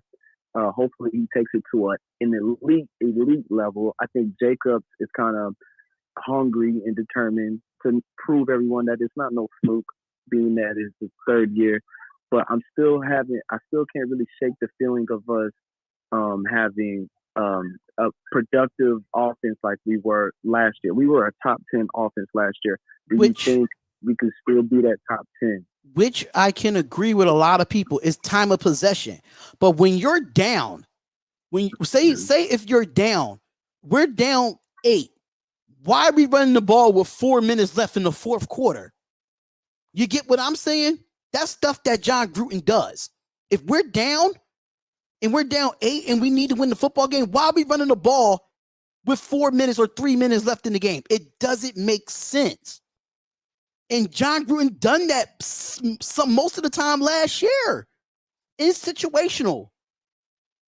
I'm not hating on John Gruden. It's just certain shit that he does. It's certain shit that he does. The Jets there's certain decisions he makes that are just decisions frustrating. that he makes. There's no way that you have Marcus Mariota at the goal line. There's no way you have Marcus Mariota at the goal line, right? And you don't run it with Mariota to score the game to win instead of kicking a field goal. That's my issue. You make a valid point, brother. That is my issue. Why would you do that? Are you playing to win or are you That playing was safe? And you knew and Gruden knew that he had the worst defense in football.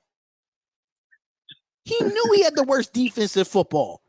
And you put it in the hands. You put it in the hands of your defense to kick a field goal, and we forced to go to overtime and put our defense back out on the field just to lose to Herbert. And look what they did to win the game. They ran the football with Herbert at the goal line. You know what I'm saying? I understand your frustration, brother. It's not about his play call. It's about his play calling, but it's what he is calling in those situations. So before you go, I know Jay has some things to say. So go ahead, brother. Sorry. Yeah, I was just gonna say that I agree with you. I agree that, you know, John Gruden. I really feel like John Gruden is a great coach. I feel like he's a player's coach, and that he really motivates his players to play hard. And you know, obviously, given, you know, a few of them, like most of them have the last name Brown, unfortunately. And you know, but at the same time, you know, like you said, just situationally, just sometimes I'm just like, what? Why did you? Why this, like, that doesn't work, and we know it doesn't work, you know. And I think that a lot of it has to do with John Gruden's ego, and he just wants to be like, this is how I do things, and so I'm going to keep doing it until it works, and not really having, you know, having the flexibility to open up the playbook, but and be more innovative with the play calling. And I think that frustrates Carr a little bit. So maybe that's the answer to why Carr, you know, seems to at certain points in the season be like, all right, well, whatever. I'm just not even gonna, you know, I'm not gonna do what I was doing before. You know, so I really don't know where the disconnect is, but now there's no excuses. Like, this season is a prove-it season for all of them, for Derek Carr, for John Gruden, for Mike Mayock. You know, obviously, not Paul Gunther, our defensive coordinator. Dang it, I don't know why I can't remember his name all of a sudden. Obviously, it's not a prove-it year for him, but for the rest of them, it is. You don't have any excuses as to why you're not winning. Like, you've got to win, and you have to do it now. Okay, so let me just, before you get back on, before you say what you have to say, and we get some more callers on, let me just say this to people about that we need to run the ball first to open up everything else. I agree with that. But every possession that we come out on the football field, the defense is expecting us to run the ball. That's all I'm saying. Every possession that we come out on that football field after they punt the ball to us, when they run out on the field, I'm like, all right, John Gruden's going to run the ball on first down. You have to mix it up, because if their defense is expecting run, start with a play action. That's going to sink the linebackers in, because that's going to draw attention to Josh Jacobs. So you got to look at it from a scheme. If you know that John Gruden is going to run the ball on first and second downs, you can run the ball on the first, go play action second. You gotta sink those linebackers in. You know what I'm saying? So y'all gotta understand the philosophy of the game. Yes, running the football is great. It's good. Don't get me wrong. But at the same time, if they are expecting to y'all to run the ball on the first down, and they already see it from the game film that happened last year or the game film from the previous game, you have to learn how to mix it up and do the unexpected.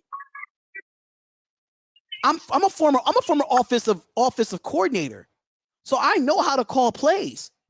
And even though it's not at the highest level as John Gruden, but if I was on the defensive side of the ball as a defensive coordinator, I would have put 8 in the box for John Gruden, because I know he's going to run on first down.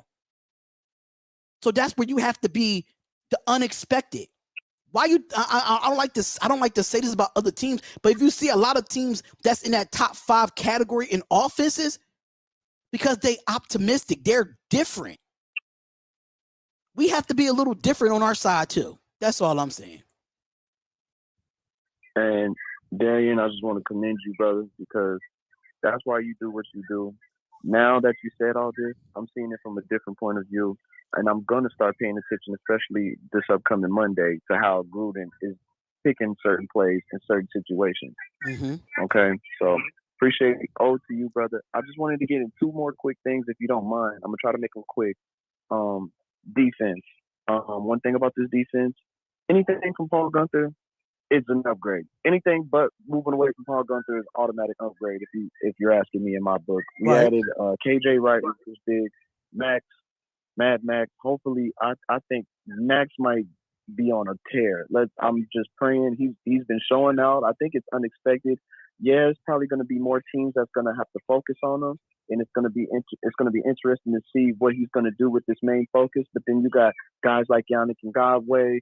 We'll see what Farrell is. Farrell looks very hungry because it seems like the Raider Nation is calling him a bust, and they kind of out for his head. I'm excited with Gus Bradley. He looks like he has these new young DBs motivated and segueing into week one. I think they have us I think I'm in Vegas, so betting is huge over here, obviously. They have us as 4.5 underdogs against the Ravens at home. I think honestly it's a trap game, really. I do see, just like the Saints game when we played the Saints on Monday Night Football, we weren't the favorite to win that game. I think it's the same kind of situation, but I think our defense is going to lock in. It's hard to contain. It's easier said than done containing a Lamar Jackson. It's easier said than done. But what I think is going to happen, like you said, their running back, KJ Dobbins just went down for the year. And I still don't think Lamar has that receiver to kind of throw to. Yeah, he likes that tight end. Yeah, he likes what's his name? Andrews, Mark Andrews. But he doesn't really have too many weapons to throw to, if you ask me. So I think the Raiders have a legit shot of winning game one. And that's all I wanted to get off. I know I don't want to be boring these other callers. I know you probably got a bunch of other callers on the line. But yeah, I got like 6 missed calls. But I ain't going to be taking all these calls because I know we're already 2 hours in. So I'm going to take one more caller, then we're going to be done with the show. But before I let you go, they said J Dog had a 999 super chat. Shout out to Dexter Beats. He says we shored up we shored up all the areas of weaknesses with veterans. Offensive line, linebacker, secondary, and defensive line. At this point, we just need to see if they perform. Also, DC is elite. So, and another thing that J Dog says, we got all these running backs, but punt on 4th and 1. My point exactly. We got all these running backs that's bruisers, but punt on 4th and 1. Do you know what I'm saying? And sometimes it be on the other side of the 50, so I mean, you never know, but I do thank you for calling up. I really do appreciate that, man. I really do. All right, brother. Y'all take care, man. Go Raiders. All right, you too. Yep. Peace out. All right. And thank you for calling the Spotlight Raiders Talk. Who is this? Where you call it from? I got a feeling this is King Savage from New York.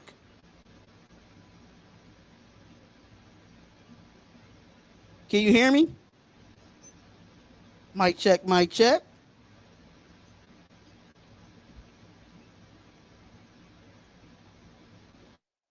I don't know. Okay, so Lewis saying you have to play the field of position. New York, 1. Okay, I'm not going. That's why I try to call, answer before the number comes up. But let me guess. Can you hear me? Let me guess. Who this is? Where you call it from? Nah, this is Alex. I'm calling from North Carolina, but I'm from New York. That's probably why you got tricked by that number. Because I know King Savage. I think he live in New York too, if I'm not mistaken. But what's going on, Alex? What's up with you, man? What's up, man? I was just going back and forth with you about your shirt because I just peeped it. I was like, does that say Baby Trent Brown? Yes, it says Baby Trent Brown, and it has. I don't know if you can see it on the TV, but it has the actual baby. I can see it on the TV now. And everything there. So it's Baby Trent Brown. I do have this shirt on our website. The link is in the description. So we do have the Baby Trent Brown shirt. So they said I look like Trent Brown. So that's why I did it. Dope. Merch. But what's So, up? I wanted to bring up real quick. I wanted to bring up, what do you guys think about how comfortable John Gruden is? I heard Mike Mayock, I guess that was last week, Wednesday or Thursday, when he said, we're looking at the playoffs. He's very stern. I think he gives a great interview, and I thought he was very honest and transparent. The next day, I can't remember the full context of John Gruden's interview, but it was something like, "Well, I haven't heard anything from Mark, so I don't feel any pressure to make the playoffs." It's like two different messages coming from within the front office. And Mayock, we know Mayock's line, head is on the chopping block simply because there's no pressure from the front office for Gruden to do better. And I'll be transparent. If you've seen any of the posts in the group that me and you share, Darian, I'm not a Gruden fan. I've never been a Gruden fan. I don't believe in him. I think he's a good mind. I think he can do some things, but I never thought that he can build a team. We saw what he did for 7 years in Tampa Bay after Tony Dungy's player aged out or were free agents. He's never developed a young player with the exception of Aqib Talib in Tampa. So what was I going to think when he came in here with 5 first-round draft picks and maybe one if you like Josh Jacobs enough to give him a second contract, that you feel that he's done that warrants this hoopla or the spell that John Gruden has over Raider fans? That's where I'm stuck at. Whew. You sound like Jay over there, because Jay would say the same thing. Jay would say the same thing, and I understand the respect that John Gruden gets in the NFL. I respect it, but I have to agree he has not. This is I don't even know how to put this, man, because I like John Gruden. I think he's well respected in the league as considered a good coach. But you're absolutely right. He really hasn't developed his own draft picks. And I feel like Mike Mayock said this is the year that we have to make the playoffs. And then John Gruden says there's no pressure for him to make the playoffs. I think it's BS. Right. It's pressure. It's pressure. I definitely agree. It is pressure for you to make the playoffs, because if you don't get double-digit wins this year, you're on the hot seat. Sorry, you got to go. It's been 4 years. Understand you went from 4-12 to 7-9 to 8-8. The double-digit wins starts now. Because y'all didn't even give Jack Del Rio 4 years to develop this team. Y'all didn't even get him that. After he went 12-4 in 2016, he was out the door next year. He was out the door. Yep. He went 6-10 and he was out the door after going 12-4. You didn't even give this man to redeem himself from going 12-4, then going 6-10 to bouncing back. You didn't give him no chance.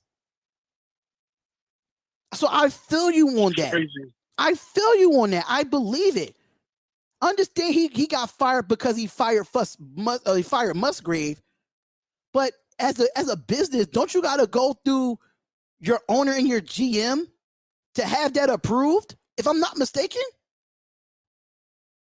he just can't fire Musgrave without going through his GM and his owner. So you really can't blame him for being fired. You got to blame the Raiders for Jack Del Rio being fired, because if Jack Del Rio wanted Musgrave out and Mark Davis and whoever I think Reggie McKenzie at the time was our GM, yep, you have to blame them as well. Right. So total front office. I agree. Total front office, and right now, yeah, it's crazy, man. I just felt like that was. Again, like I said, I felt Mayock was being very transparent there, and then it was just a complete opposite messaging coming from Gruden. Now, don't get me wrong, I don't think Gruden wants to lose. I know Gruden wants to win, so I'm not putting that on him. It's just that the messaging from what that I got from that, I was like, wait a minute, you don't feel any pressure, even if the front office isn't putting pressure. You should feel pressure with your quote unquote name in the balance of this John Gruden and the hype that comes along with you.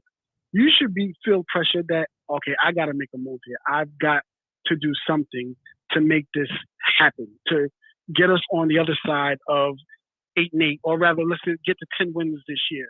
Facts. You know what I'm saying? Because honestly, I have the Raiders right now. Just looking at the team and how it's going to go, I have the Raiders at 7-10.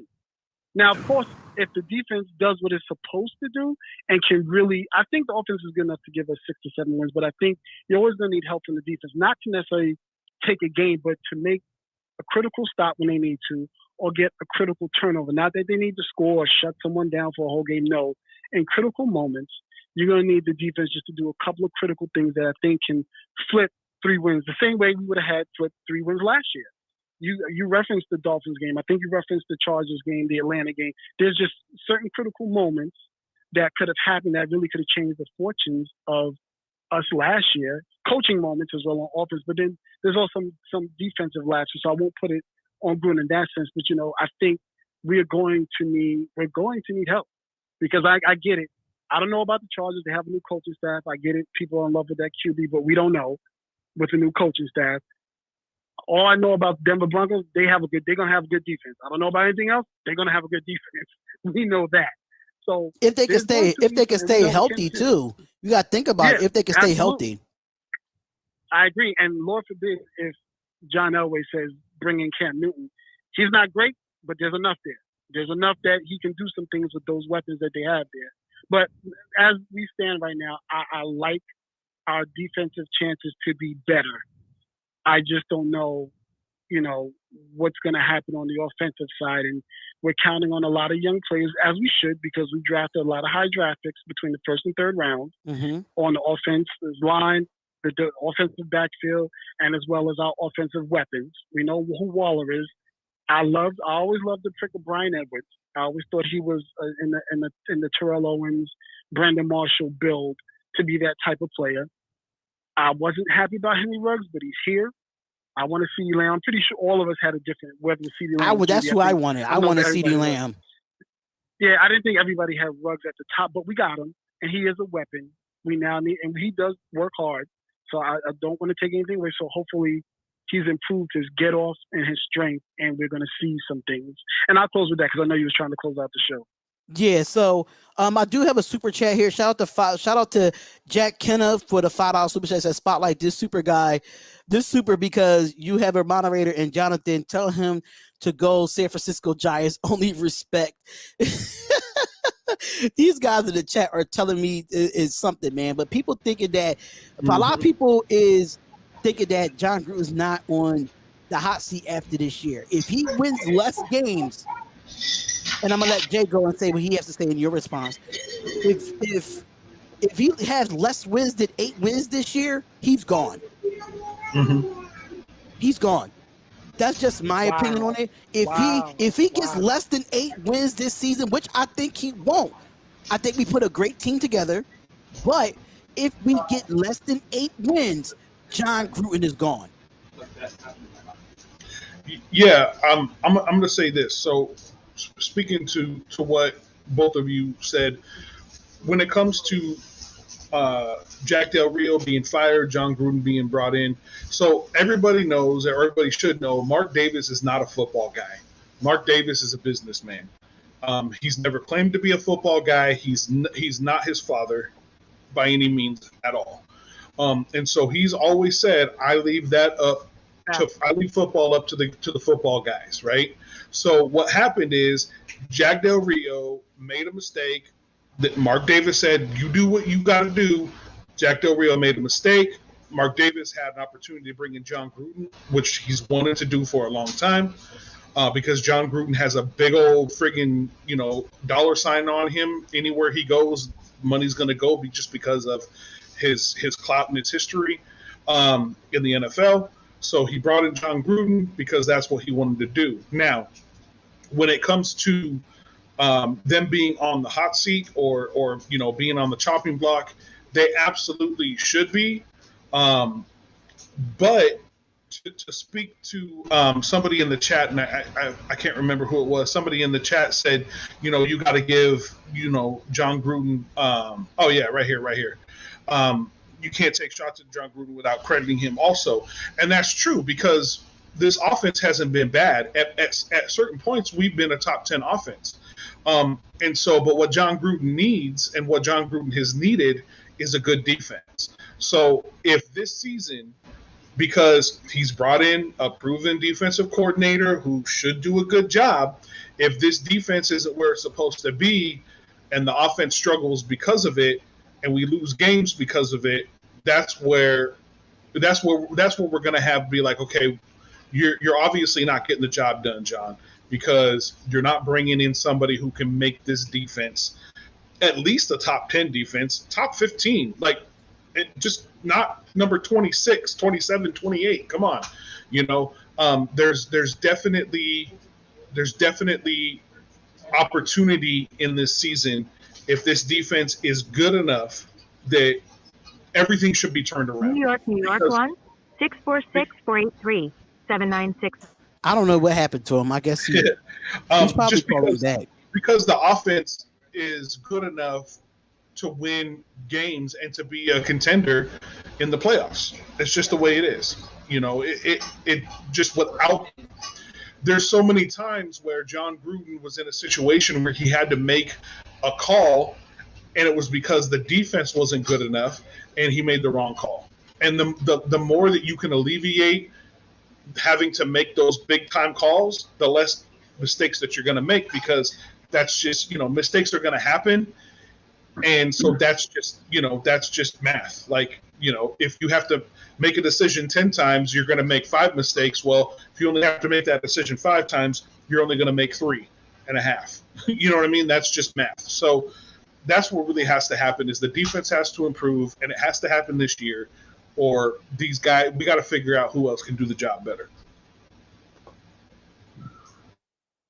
Sorry, so who is this caller from this number here? I don't know if you can hear me. Is this Alex? What's going on, Spotlight?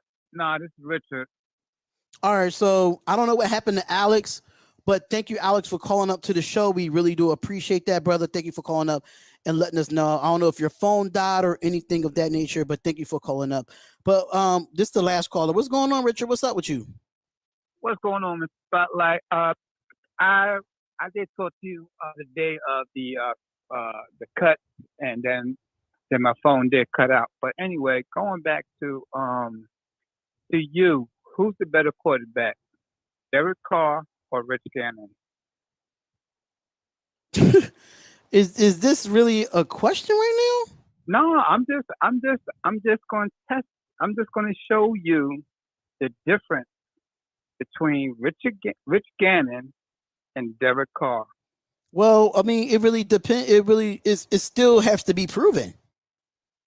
It still has to be proven. I mean, understand stats wise, yes, you're going to say you're going to say Carr. Stats wise, because he's I think he's an all-time leading passer for the Raiders right now, if I'm not mistaken, for Derek Carr. But if you want to talk about winning playoff games and going to the Super Bowl, it's Rich Gannon. Okay, and that's my point about Derek Carr. He doesn't have that it factor. He doesn't. He's not hungry. And to me, I think we went and got Marcus Mariota and even paid him less, because last year we gave him $8 million. Not we, but gave him $8 million. But if he balled out, he could have made up to $18 million. That's why, even though Derek Carr was hurt, they were scared to keep Marcus Mariota in there for the rest of the season, because he was going to outdo Derek Carr. I disagree. And listen, I disagree, and I'm gonna tell you why real quick. Because Derek Carr got hurt in that game. The Chargers was not prepared for Marcus Mariota. That Chargers defense was not prepared. Now, if that defense was prepared for Marcus Mariota, and then he had to go play next week against a defense that prepared for him, look, this is why Marcus Mariota struggled in Tennessee. Because when he was a starter, he couldn't get the job done. Why do you think he's a backup? No matter where he goes right now, Marcus Mariota is going to be a backup, because damn near every team in the NFL has a quarterback that they want. So in that situation, yeah, Mariota looked good in that Chargers game, but the Chargers defense was not prepared. And then if he played next week, who did we play after the Chargers? Who did we play after that, Jay? I think Miami. Yeah, I think it was Miami. What team did we play after that Chargers game at home? Last season? It was Miami. Yeah, last season. I think it was Miami. And Miami was a top 10 defense at that time. Yeah. Marcus Mariota was not going to do great against that defense. I just don't see that happening. No, you can't say that because, but at the same time, in the red zone, who would you trust with the ball? Derek Carr or Marcus Mariota? Either. Neither. Wow. And only reason why I say that because of John Gruden's play calling. That's why. Neither. But see now, listen. The thing that makes a difference between Rich Gannon and Derek Carr is that Derek Carr is like John Gruden's puppet. Rich Gannon could care less what damn call John Gruden made. If it didn't look right, he was going to check the hell out of that. But you got to think about that. You got to think about the era of football as well. The NFL has gotten soft. A lot of players can't speak up the way they want to speak up like they did back then, back in 2002. You can't really make the comparison of Carr and Gannon because, mind you, the level of play when Gannon was playing, a lot of defense was allowed to do a lot of shit. Listen, just hear me out. A lot of defenses was allowed to do with a lot of things you can't do in the NFL. You can't taunt. You can't hit the quarterback a certain way. You can't go low blow on the quarterback. You can't taunt. You can't hold on to people. None of that. It was more aggressive in the era that Rich Gannon played. But when Derek Carr wasn't fast back then. But we not talk. But at the end of the day, we got to go with a Derek Carr, and we got to play within the rule that the NFL have changed. All right, so you got to think of it as an era thing too. All right, Spotlight. Write down my phone number because I'm willing to bet you whatever you want to bet. I don't bet that when we get. All right, no, I'm just saying, like even a T-shirt. I don't care what it is, a Raider hat or push-ups, 5 push-ups. It don't always have to be money. So what I'm saying to you is that I guarantee you in the red zone, if Derek Carr messes up 1 or 2 times, John Gruden is pulling his ass out, and he's gonna go shotgun with Marcus Mariota down there to put up points because I got a question for you though. Why would you go with why would you go with a Marcus Mariota that's 90% injured since he's been with the Raiders? He's been injured. He's been injured 90% of the time since he's been here. So why would you go with a Mariota that couldn't play in the preseason? And I doubt it if he plays in the regular season. I doubt it. Because I think that they just holding on to him the way that they was holding on to Derek Carr throughout the preseason and Josh Jacobs. They didn't want Marcus to go out there and get banged up. Marcus Mariota was on the injury reserve list in the preseason. Carr wasn't. I understand that. And he had a quad injury. He had a quad injury. So what are we saying here? Again, stop. I can guarantee you now, especially against Baltimore Ravens, because Derek Carr struggles against fast-hitting linebackers. Atlanta Falcons offense wasn't all that. Their defense is not all that. But they got fast linebackers, Deion Jones and the other boy. Deion Jones runs a 4.3. Derek Carr is scared of that shit. Derek Carr is scared of fast linebackers. So in that Pittsburgh game and in that Baltimore game, Derek Carr won't play scary. Do you know the philosophy of playing quarterback? Do you know the philosophy of it? Because if you look at it, if you don't have an offensive line that could block for you, and this is for any quarterback, Tom Brady, Aaron Rodgers, Patrick Mahomes, any of these top 5 quarterbacks that you name, and you can look at it from the Super Bowl. If you don't have an offensive line, you won't win. So if that's the case, if we talking about a Derek Carr that didn't have the protection in those 2 games, we're going to put it on him. But I bet you if Patrick Mahomes, when he lost the Super Bowl last year with no offensive line, it's okay. He's going to be back next year. Y'all got to pick. Y'all got to pick. Why you think? Listen. Patrick Mahomes and that. Listen. Hear me out. Patrick Mahomes, right? They went out and addressed their offensive line. So did we. We addressed the offensive line too. But in those 2 games that you're saying against the Patriots and the Falcons, we did not block. We did not play defense. We did not do nothing all 3 phases of the game. Special teams, offense, and defense. So how can we just blame Carr? How? Again, and that Miami Dolphins game, just the Miami Dolphins game alone, the first quarter, the first 3 drives, we was in the red zone and we kicked 3 straight field goals. And whose fault is that? That's not Carr. Derek Carr. That's not Carr. Derek Carr's fault. That's not Carr. I'm going to tell you why it's not Carr. Let me tell you why it's not Carr. Because if we have 3 possessions in the red zone, right? And if we're down against Miami, should we go for it? Yes. We should go for it. And Gruden decided to kick 3 field goals. So that's on the coach. It's not on Carr. Carr probably wanted to go out there. Oh, let's score. The Miami Dolphins it's the play calling. Is when the Miami Dolphins game is when a different coordinator got fired, and then the other one stepped up. The older guy stepped up, and the defense was balling in that Miami Dolphins game. They only screwed up in the last couple of minutes in the fourth quarter, and then that bonehead stupid call, stupid penalty in overtime.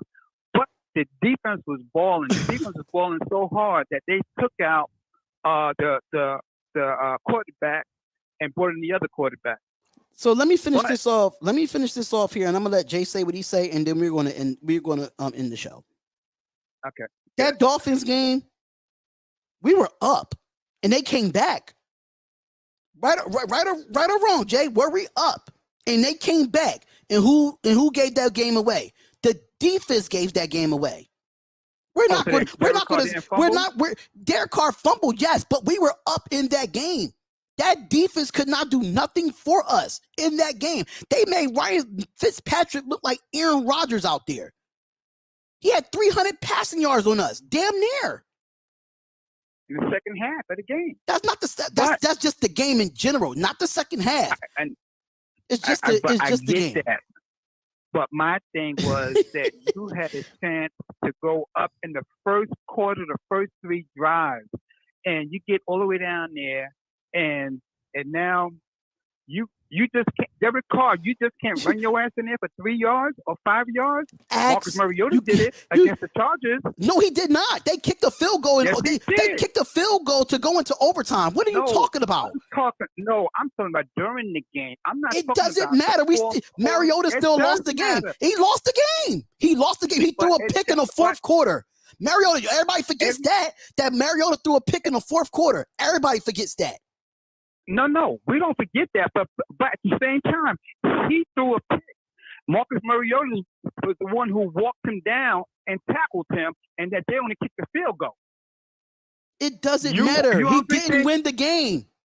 He didn't win the game. Listen, you can say whatever you want of what Mariota did. You think that Derek Carr throws a pick and then he runs down the damn linebacker and tackles him? He's just gonna look at him. He ain't gonna try to even go get him. Why would you put your quarterback in that jeopardy? Number one, Mariota's a stupid quarterback anyway because he's been hurt his whole career since his rookie year, even coming out of Oregon. He's an injury pro, so yeah. If I'm Mariota, yeah, I'm gonna get hurt too and just tackle somebody that's going to get me injured. Okay, great, cool. All right, Spotlight. I'm letting you know now. When Marcus Mariota starts balling out for us in that damn red zone, and when I call you, the only thing I'm gonna say is, "I told you."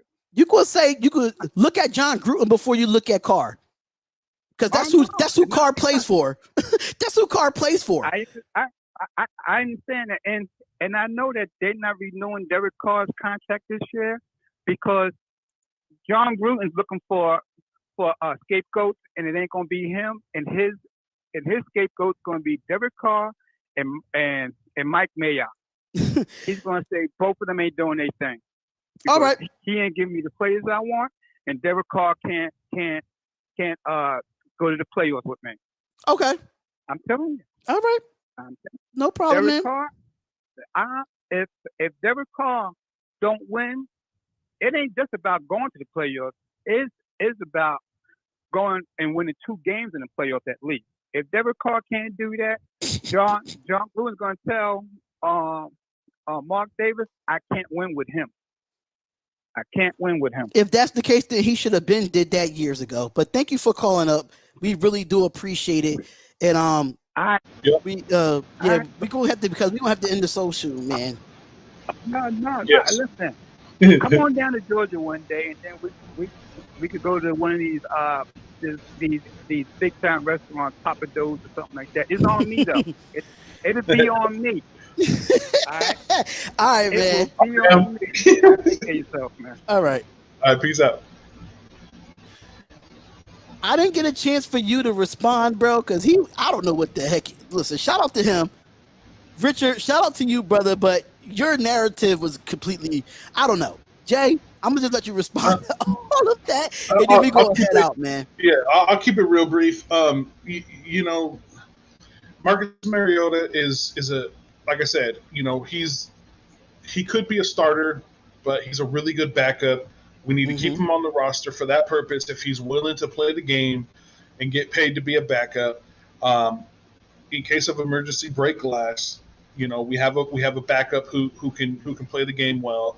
I still think Mariota can play. I think given the right situation, I think comparing him to Derek Carr is they have 2 different playing styles. You know, they do different things and they have a different set of skills. But I don't think it's fair to say at this point, I don't think it's fair. And I've been very critical of Derek Carr, but I don't think logically it's fair to say that he is the reason why we're losing games until we get a better defense. And if we get a better defense and he still makes boneheaded plays and does things and we lose games because he's not doing the job, then yeah, absolutely. You know, that we put Derek Carr on the chopping block. But like I said, there's no excuses this year.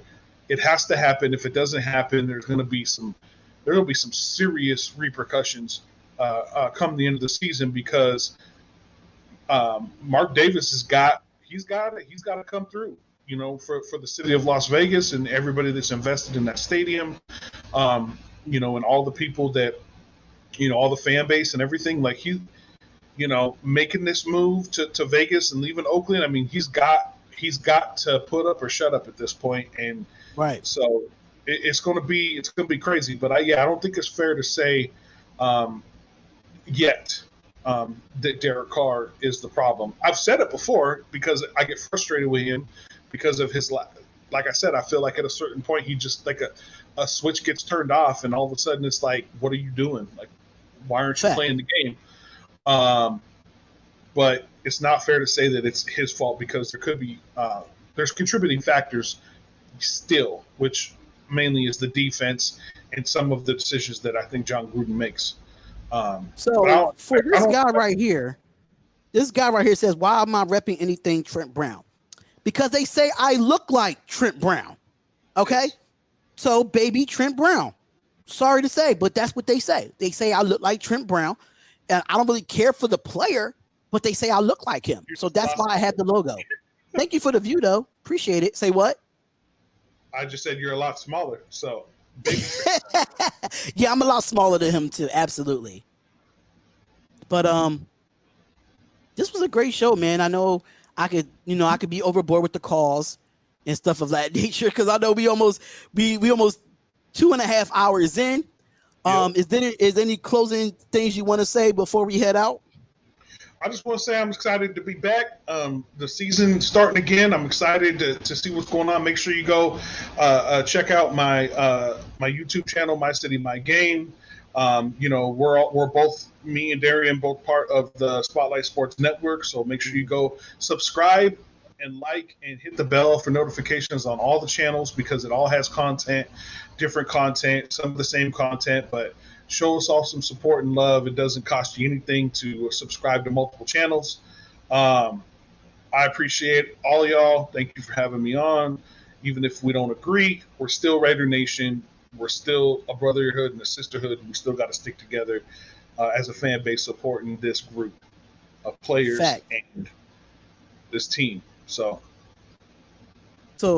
make sure y'all go, subscribe to My City, My Game. If you try to search it, I am going to put it in my community post, your YouTube link, so they can subscribe to you, because I didn't get a chance to do it in the chat today.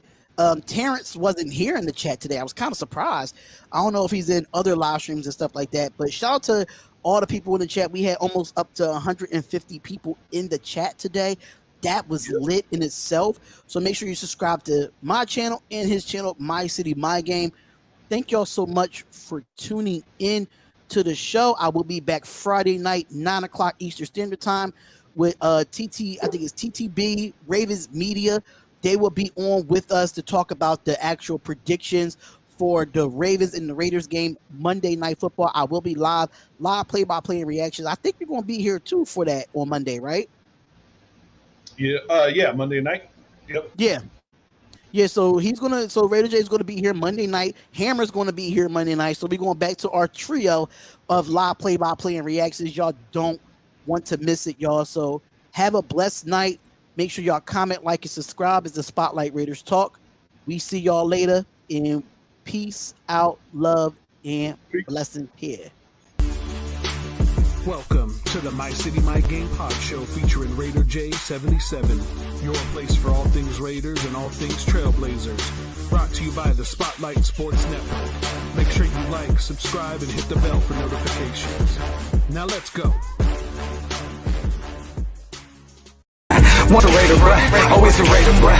Shit, simple as that. You look silver and black. Lot of bread invested in that O-line. Car insurance cost the arm and the leg.